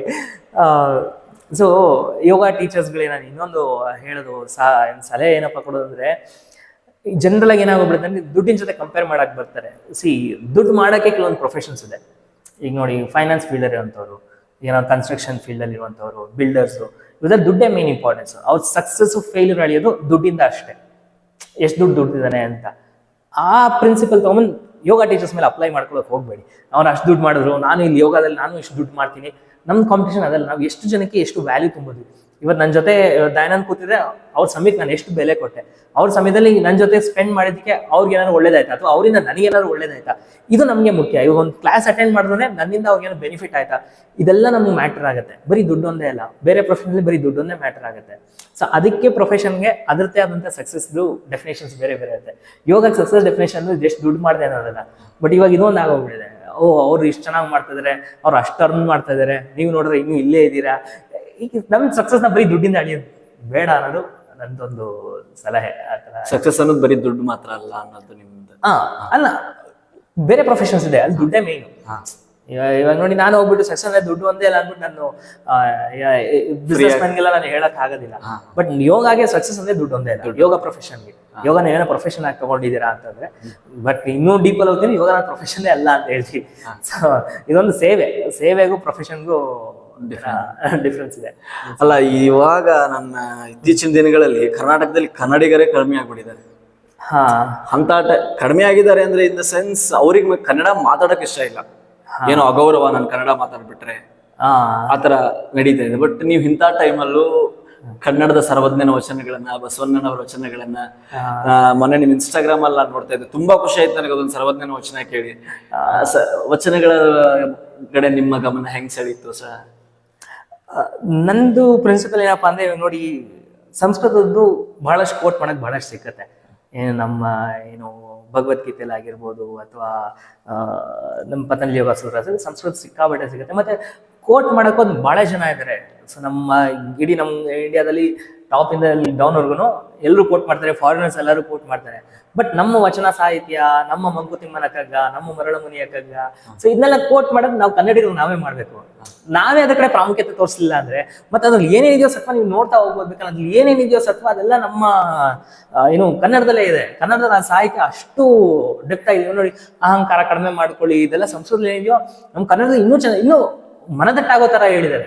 DVG ಅವ್ರದ್ದು ಮೊನ್ನೆ ಒಂದು ಕಗ್ಗ ನೋಡ್ತಾ ಇದ್ದೆ, ಎಷ್ಟು ಇನ್ಸ್ಪೈರ್ ಆಗೋಯ್ತು ಅಂದ್ರೆ, ಮೊದಲು ನಾನೆನೆಗೆ ಮೊದಲೂಟ ಮೊದಲಿನ ಪೀಠ, ಮೊದಲು ನಾನೆನ್ನವರು ನಂತರ ಉಳಿದವರು, ಇದುವೇ ಲೋಕದಲ್ಲ ದುಃಖದ ಕಲಹಗಳ ಮೂಲ, ಅದುಮಿಕೋ ನಿನ್ನ ಅಹಂತೆಯನ್ನು ಮರಳಮುನಿಯ ಅಂತ. ಅಂದ್ರೆ ಅದುಮ್ಕೊಂಡಿರಪ್ಪ ನಿನ್ನ ಅಹಂಕಾರವನ್ನ. ಸೊ ಎಲ್ಲ ಕಲಗಳಾಗಿರೋದು ನಾನು ನಂದು ಅಂದ್ಕೊಂಡು ಹೋದಾಗ್ಲೇನೆ, ನನ್ನವರು, ನನ್ನ ಪೀಠ, ಮೊದಲು ಪೀಠ ನನಗೆ ಸಿಗ್ಬೇಕು, ಮೊದಲೂಟ ನನಗೆ ಆಗ್ಬೇಕು, ರಾಮಾಯಣನೇ ತಗೊಳ್ಳಿ, ನನ್ನ ಮಗ ರಾಜ್ಯಭಾರ ಮಾಡ್ಬೇಕು ಅಂತ ಭರತಂಗ್ ರಾಜ್ಯಭಾರ ಮಾಡ್ಬೇಕು, ರಾಮಾಯಣ ನಡೀತು. ಇಲ್ಲಿ ಮಹಾಭಾರತದಲ್ಲಿ ನನ್ನ ಮಗಂಗೆ ಸಿಗ್ಬೇಕು ಇದು ಆಸ್ಥಾನ ಅಂದ್ಬಿಟ್ಟು ಧೃತರಾಷ್ಟ್ರ ಹೋರಾಟ ಮಾಡೋದಕ್ಕೆ ಮಹಾಭಾರತ ಆಯ್ತು. ಲೋಕದೆಲ್ಲ ದುಃಖದ ಕಲಹಗಳ ದುಃಖದ ಮೂಲ, ಏನೇನ್ ಜಗಳ ಆಯ್ತು ಎಲ್ಲಾ ಕಲಹಗಳು ದುಃಖದ ಮೂಲನೇ ನಾನು ಅನ್ನೋದು ಅಹಂಕಾರ. ಅಹಂಕಾರ ಕಡಿಮೆ ಮಾಡ್ಕೊಳ್ಳಿ ಅನ್ನುವಂಥದ್ದು ಎಷ್ಟು ಸುಂದರವಾಗಿ ನಮ್ಮ ಕನ್ನಡದಲ್ಲಿ ಇದೆ. ಇದನ್ನ ಬಿಟ್ಟು ನಾವು ಯಾಕೆ ಬೇರೆ ಬೇರೆ ಎಲ್ಲೆಲ್ಲೋ ಕೋಟ್ ಮಾಡೋಣ ಅನ್ನೋದು ನನಗೆ, ಅದಕ್ಕೋಸ್ಕರ ಕನ್ನಡದಲ್ಲೇ ಒಂದು ಸ್ವಲ್ಪ ಜಾಸ್ತಿ ಪ್ರಾಮುಖ್ಯತೆ ಕೊಡೋಣ ಅಂತ ಹೇಳಿ. ಅಲ್ಲ ಮೊನ್ನೆ ನೀವು ಹೇಳಿದ್ರಲ್ಲ ಸರ್ವಜ್ಞನ ವಚನ, ಒಂದ್ಸಲಿ ನಮ್ಮ ವೀಕ್ಷಕರಿಗೆ ಮೊದಲೇ ಹೇಳಿದ್ರೆ ಸಣ್ಣನೆಯ ಮಳಲೊಳಗೆ ನುಣ್ಣನೆಯ ಶಿಲೆಯೊಳಗೆ, ಅದು ಮೊದಲೇ ಹೇಳಿದ ಸಣ್ಣನೆಯ ಮಳಲೊಳಗೆ ನುಣ್ಣನೆಯ ಶಿಲೆಯೊಳಗೆ ಬಣ್ಣಿಸಿ ಬರದ ಪಟದೊಳಗೆ ಇರುವಾತ ತನ್ನೊಳಗೆ ಇರನೇ ಸರ್ವಜ್ಞ ಅಂತ. ಎಲ್ಲರಲ್ಲೂ ದೇವರಿದ್ದಾನೆ, ಎಲ್ಲರಿಗೂ ರೆಸ್ಪೆಕ್ಟ್ ಮಾಡಿ, ಎಲ್ಲರಿಗೂ ಸಹ ಮರ್ಯಾದೆ ಕೊಡಿ. ನಾನು ಮೇಲು ಅವರು ಕೀಳು ಅನ್ನೋದು ಏನೋ ಭಾವನೆ ಇಲ್ಲ. ಇರೋ 4 ದಿನದಲ್ಲಿ ಹೊಂದ್ಕೊಂಡು ಹೋಗ್ಬಿಡೋಣ, ಯಾವಾಗ ಹೋಗ್ಬಿಡ್ತೀವೋ ಗೊತ್ತಿಲ್ಲ. ಮತ್ತೆ ನಾವಿವಾಗ ಇರ್ತೀವಲ್ಲ ಎಲ್ಲರೂ ಒಬ್ರಿಗೊಬ್ರು ಹೊಂದ್ಕೊಂಡು ಹೋಗೋದು, ನಮ್ಮ ಒಂದು 500 ವರ್ಷ ಆದ್ಮೇಲೆ ಮುಂದಿನ ಜನ್ರೇಷನ್ ನಡೆಸ್ಕೊ, ಆಗಿನ ಜನ್ರೇಷನ್ ಎಲ್ಲ ಹೊಂದ್ಕೊಂಡು ಹೋಗ್ತಾ ಇದ್ರಪ್ಪ ಅನ್ನೋ ಥರ ಇರಬೇಕು. ಆಗಿನ ಕಾಲದಲ್ಲಿ ಕಿತ್ತಾಡ್ಕೊಂಡು ಎಲ್ಲ ಸತ್ತೋದ್ರಂತೆ ಅನ್ನೋ ಥರ ಇರಬಾರ್ದು. ಇರೋ 4 ದಿನ ಯಾವಾಗ ಹೋಗ್ಬಿಡ್ತೀವಿ ಗೊತ್ತಿಲ್ಲ. ಇವತ್ತಿರ್ತೀವಿ, ನಾಳೆ ಇರ್ತೀವೋ ಇರೋ ಗೊತ್ತಿಲ್ಲ. ಸೊ ಬ್ಲೆಸ್ಡ್ ಆಗಿ ಸಿಕ್ಕಿದೆ, ಒಬ್ರಿಗೂ ಮರ್ಯಾದೆ ಕೊಟ್ಕೊಂಡು ಚೆನ್ನಾಗಿರೋಣ ಅನ್ನೋದು ಅಷ್ಟು ಮೂಲ. ಪಾಡ್ಕಾಸ್ಟ್ ನ ಕೊನೆಯ ಹಂತಕ್ಕೆ ತಲುಪ್ತಾ ಇದೀವಿ ನಾವು. ಲಾಸ್ಟ್ 3 more questions ಅಷ್ಟೇ ಇರೋದು. ಕ್ವಶನ್ ಸಮಯಕ್ಕೆ ಈ ಟಾಪಿಕ್ ಬಗ್ಗೆ ನಮ್ಗೆ ಕೇಳಬೇಕು ಅಷ್ಟೇ. ಇಷ್ಟೆಲ್ಲ ಮಾಡಿದ್ರಿ, ಎಲ್ಲೋ ಬೆಂಗಳೂರಿನ ಯಾವುದೋ ಒಂದು ಚಿಕ್ಕ ಗೌರ್ಮೆಂಟ್ ಸ್ಕೂಲಲ್ಲಿ ನಿಮ್ಮ ಶುರು ಮಾಡಿರ್ತಕ್ಕಂಥ ಕೆರಿಯರ್ ಇವತ್ತು ಯೋಗವಂತ ಅಂತಕ್ಕಂಥ ದೊಡ್ಡ ಸಂಸ್ಥೆ, ಇಲ್ಲಿ ತನಕ ಬರಬೇಕಾದ್ರೆ ಯಾರು ಸ್ಫೂರ್ತಿ ನಿಮಗೆಲ್ಲ, ಇನ್ಸ್ಪಿರೇಷನ್? ಸ್ಫೂರ್ತಿ ಅಂದ್ರೆ ಈ ಕ್ವಶನ್ಗೆ ಹೆಂಗೆ ಎಲ್ಲರೂ ಸ್ಫೂರ್ತಿನೇ. ಸೊ ಏನೋ ಒಳ್ಳೆ ಕೆಲಸ ಮಾಡಬೇಕು, ಒಳ್ಳೆ ಕೆಲಸ, ಅದೇ ಒಳ್ಳೆ ಕೆಲಸ ಮಾಡಬೇಕು ಅಷ್ಟೇ ಅಷ್ಟೇ. ಇದೇನು ಹೇಳಿ ಗೊತ್ತಾಗ್ತಾ ಇಲ್ಲ. ಸೊ ಅಷ್ಟೇ. ಅಲ್ಲ, ಪ್ರಶಾಂತನ ಯೋಗ ಟೀಚರ್ ಆಗಿರ್ಲಿಲ್ಲ ಅಂದ್ರೆ ಬೇರೆ ಏನಾಗ್ತಾ ಇದ್ರು? ಬೇರೆ ಯಾವ ಪ್ರೊಫೆಷನಲ್ಗೆ ಪ್ರಶಾಂತ್ ಸೂಟ್ ಆಗ್ತಾ ಇದ್ರು? ಸೂಟ್ ಅಂತೂ ಅಂದ್ರೆ ನನ್ನ ಪರ್ಸ್ನಲಿ ನನ್ಗೆ ಇಷ್ಟು ತೃಪ್ತಿ ಬೇರೆ ಯಾವ್ದ್ರಲ್ಲೂ ಸಿಗ್ತಾ ಇರಲಿಲ್ಲ. ಇನ್ನ ಪ್ರೊಫೆಷನ್ ವೈಸ್ ಆಗಿರ್ತಾ ಇದೆ ಅಂದ್ರೆ ಡಿಪ್ಲೊಮಾ ಇನ್ ಎಲೆಕ್ಟ್ರಿಕಲ್ ಕಮ್ಯುನಿಕೇಶನ್ ಮಾಡಿರ್ತದೆ, ಎಲ್ಲ ಒಂದ್ ಕಡೆ ರೆಸಿಸ್ಟರು ಕೆಪಾಸಿಟರು ಅಂತ ಅನ್ಕೊಂಡು ಓಡಾಡ್ತಾ ಇದ್ದೇನೋ. ಸೊ ಅಷ್ಟೇ, ಇಂಜಿನಿಯರಿಂಗ್ ಆಗಿರ್ತಾ ಇದೆ ಅಷ್ಟೇ. ಯೋಗ ಟೀಚರ್ ಆಗಿರ್ಲಿಲ್ಲ ಅಂದ್ರೆ ಇಂಜಿನಿಯರ್ ಆಗಿರ್ತಾ ಇದೆ. ಬಟ್ ಬಿಸ್ನೆಸ್ ಕಡೆ ಒಂದ್ ಮನ್ಸಿತ್ತು. ಸೊ ಮೊದ್ಲಿಂದನೂ ಅದೊಂದು ಏನು ರಜಕ್ಕೆ ಇನ್ನೊಬ್ಬರ ಹತ್ರ ಕೈ ಒಡ್ಡುವಂತ ಪರಿಸ್ಥಿತಿ ಬರಬಾರ್ದು ಅನ್ನೋ ಒಂದು ಮೊದ್ಲಿಂದಾನೇ ಇತ್ತು. ಸೊ ಏನೋ ರಜಾ ಹಾಕ್ಬೇಕು, ನನ್ನ ಪರ್ಸನಲ್ ಕೆಲ್ಸಕ್ಕೆ ಬೇಕು ಅಂದ್ರೆ, ಯಾಕಂದ್ರೆ ನಮ್ಮ ತಂದೆಯವ್ರಲ್ಲಿ ನೋಡ್ತಾ ಇದೆ, ಅವ್ರಿಗೊಂದು ರಜಾ ಹಾಕ್ಬೇಕು ಅಂದ್ರೆ ಎಷ್ಟೋ ದಿವಸದಿಂದ ಮುಂಚೆ ಮ್ಯಾನೇಜರ್ ಕೊಟ್ಟರೆ ರಜಾ, ಇಲ್ಲ ಅಂದ್ರೆ ಇಲ್ಲ ಅಂತ. ಫ್ಯಾಮಿಲಿ ಟೈಮೇ ಕೊಡಕ್ ಆಗ್ತಾ ಇಲ್ಲ, ಮತ್ತೆ ಸ್ವಂತದೇನು ಮಾಡಕ್ಕೆ ಆಗ್ತಾ ಇಲ್ಲ. ಆ ಪರಿಸ್ಥಿತಿ ಇರಬಾರ್ದು, ಏನೋ ಬಿಸ್ನೆಸ್ ಮಾಡ್ಬೇಕು, ಇಲ್ಲ ಸ್ವಂತದೇನಾದ್ರು ಮಾಡ್ಬೇಕು ಅನ್ನೋದೊಂದು ಇತ್ತು. ಹತ್ರ 30 ವರ್ಷ ಏಜ್. 34 35 ವರ್ಷದ ಹತ್ರ ಬಂದ್ರಿ. ಅಲ್ಲಿಂದ ಇಲ್ಲಿ ತನಕ ನೀವು ಥ್ಯಾಂಕ್ಸ್ ಹೇಳ್ಬೇಕಾದ್ರೆ ಯಾರಿಗೆ ಹೇಳಕ್ ಇಷ್ಟಪಡ್ತೀರಾ? ಯಾರಿಗಾದ್ರೂ ಸಾರಿ ಕೇಳಕ್ಕೆ ಇದ್ರೆ ಯಾರಿಗೆ ಸಾರಿ ಕೇಳ್ತೀರಾ? ಥ್ಯಾಂಕ್ಸ್ ಹೇಳಿ ಬಹಳ ಜನಕ್ಕೆ ಹೇಳ್ಬೇಕು. ಹೇಳ್ತಾ ಹೋಯ್ತು ಅಂದ್ರೆ ಅದೇ ಸಾರಿನೂ ಬಹಳ ಜನ ಕೇಳಬೇಕು, ಥ್ಯಾಂಕ್ಸು ಬಹಳ ಜನ ಕೇಳಬೇಕು. ಹೇಳ್ತಾ ಹೋದ್ರೆ ದೊಡ್ಡ ಪಟ್ಟಿನೇ ಆಗತ್ತೆ. ಸೊ ಅದೇ ಎಲ್ಲರಿಗೂ ಮತ್ತೆ ಈ ಗೊತ್ತಿಲ್ದೇನೆ ಎಷ್ಟೊಂದ್ ಸರಿ ತಪ್ಪುಗಳು ಆಗ್ಬಿಟ್ಟಿರುತ್ತೆ. ಬಟ್ ಯಾವುದು ಎಷ್ಟಾಗುತ್ತೋ ಅಷ್ಟು ಪ್ರಿಕಾಷನ್ಸ್ ತಗೊಳ್ತೀವಿ. ಉದ್ದೇಶಪೂರ್ವಕವಾಗಿ ಯಾರನ್ನೂ ಹರ್ಟ್ ಮಾಡಬಾರ್ದು ಅನ್ನೋದು ಪ್ರಿಕಾಷನ್ಸ್ ತಗೊಳ್ತೀವಿ. ಬಟ್ ಆದ್ರೂ ಕೆಲವೊಂದ್ಸರಿ ಹರ್ಟ್ ಆಗೋಗ್ಬಿಡುತ್ತೆ. ಹಂಗಿದ್ದಾಗ ನಾವು ಏನು ಇದು ಮಾಡೋದಕ್ಕಾಗಲ್ಲ. ಅಥವಾ ಯಾರಿಗೂ ಹರ್ಟ್ ಆಗಿದ್ರೆ ಸಾರಿ ಮುಖಾಂತರ, ನಮ್ಮ ಅಂಕಲ್ಗಿಲಿ ಚಾನಲ್ ಮುಖಾಂತರ ನಾನು ಸಾರಿ ಕೇಳ್ತೀನಿ. ಥ್ಯಾಂಕ್ಸ್ನು ಬಹಳ ಜನಕ್ಕೆ, ಯಾರು ನನಗೆ ಸಹಕಾರ, ನಮ್ಮ ಸ್ಟೂಡೆಂಟ್ಸ್ ಆಗಿರ್ಬೋದು, ನಮ್ಮ ಕ್ಲಾಸಿಗೆ ಬರುವಂತಹ ಎಲ್ಲ ಪಾರ್ಟಿಸಿಪೆಂಟ್ಸ್ ಆಗಿರ್ಬೋದು, ಮತ್ತೆ ನನ್ನ ಸಬಾರ್ಡಿನೇಟ್ಸ್ ಆಗಿರ್ಬೋದು, ಮತ್ತೆ ಗುರುಗಳಿಗೆ, ಎಲ್ಲರಿಗೂ ಸಹ, ದೇವರಿಗೆ, ಎಲ್ಲರೂ ಸಹ ಥ್ಯಾಂಕ್ಸ್. So thanks. ವೀಕ್ಷಕರೇ, ಇಲ್ಲಿ ತನಕ ನೋಡಿದ್ರಲ್ಲ, ಎಲ್ಲೋ ಬೆಂಗಳೂರಿನ ಯಾವುದೋ ಒಂದು ಏರಿಯಾದಲ್ಲಿ ಚಿಕ್ಕ ಒಂದು ಮಿಡಲ್ ಕ್ಲಾಸ್ ಫ್ಯಾಮಿಲಿಯಲ್ಲಿ ಹುಟ್ಟಿರ್ತಕ್ಕಂಥ ಒಬ್ಬ ಯುವಕ ಇವತ್ತು ಪ್ರಶಾಂತ್ ಯೋಗವಂತ ಅಂತಕ್ಕಂಥ ದೊಡ್ಡ ಯೋಗ ಸಂಸ್ಥೆಯನ್ನ ಇವತ್ತು ತೆಗೆದು ಎಷ್ಟೋ ಜನರಿಗೆ ಯೋಗ ಟೀಚರ್ ಆಗಿ, ಯೋಗ ಮಾರ್ಗದರ್ಶಕರಾಗಿ, ಬರೀ ಯೋಗ ಆಸನಗಳನ್ನ ಕಲಿಸೋದಷ್ಟೇ ಅಲ್ಲ, ಎಷ್ಟೋ ಜನರಿಗೆ ಅವರ ಜೀವನವನ್ನ ನಡೆಸೋಕೆ ಒಂದು ಸಹಾಯಕಾರಿಯಾಗಿ, ಅಥವಾ ಅವರ ಮೆಂಟಲ್ ಹೆಲ್ತ್ನ ಕಾಪಾಡ್ಕೊಳ್ಳೋಕೆ ಒಬ್ಬ ಗೈಡ್ ಆಗಿ ಎಷ್ಟೋ ಜನರಿಗೆ ಅವರು ಇವತ್ತು ಹೆಲ್ಪ್ ಆಗ್ತಾ ಇದ್ದಾರೆ. ಸೊ ಈ ಪಾಡ್ಕಾಸ್ಟ್ ನಿಮ್ಗೆ ಇಷ್ಟ ಆದರೆ ನಮ್ಮ ಚಾನಲ್ನ ಲೈಕ್, ಶೇರ್, ಸಬ್ಸ್ಕ್ರೈಬ್ ಮಾಡೋದನ್ನ ಮರಿಬೇಡಿ. ಮತ್ತೆ ಮುಂದಿನ ವಾರ ಹೊಸ ಸಾಧಕರ ಜೊತೆಗೆ ನಾನು ನಿಮ್ಮ ಮುಂದೆ ಬರ್ತೀನಿ. ಅಲ್ಲಿ ತನಕ ನಮ್ಮ ಚಾನಲ್ನ ನೋಡ್ತಾ ಇರಿ. ಈ ವಿಡಿಯೋ ನಿಮ್ಗೆ ಇಷ್ಟ ಆದ್ರೆ ಶೇರ್ ಮಾಡಿ, ಲೈಕ್ ಮಾಡಿ, ಸಬ್ಸ್ಕ್ರೈಬ್ ಮಾಡಿ ಅಂತ ಹೇಳ್ತಾ ಇದ್ದೀನಿ. ನಮಸ್ಕಾರ, ಧನ್ಯವಾದಗಳು. ನಮಸ್ಕಾರ, ಧನ್ಯವಾದಗಳು ಅಂಕಲ್ಗೆ, ಈ ಚಾನಲ್ಗೆ ಆಲ್ ದ ಬೆಸ್ಟ್. ನಿಮ್ಮ ಜರ್ನಿ ಇನ್ನೂ ಚೆನ್ನಾಗಿ ನಡೀಲಿ, ಇನ್ನಷ್ಟು ಸಾಧಕರನ್ನ ತೊಗೊಂಡು ಬನ್ನಿ, ಆದಷ್ಟು ಹೆಚ್ಚೆಚ್ಚು ಸಬ್ಸ್ಕ್ರೈಬರ್ಸ್ ಎಲ್ಲ ಸಿಗಲಿ. Bengaluru gold button, silver button, platinum button, ಎಲ್ಲ ಬಟನ್ ಏನೇನಿದೆಯೋ ಎಲ್ಲನೂ ಸಿಗಲಿ. Wish you all the best. Thank you.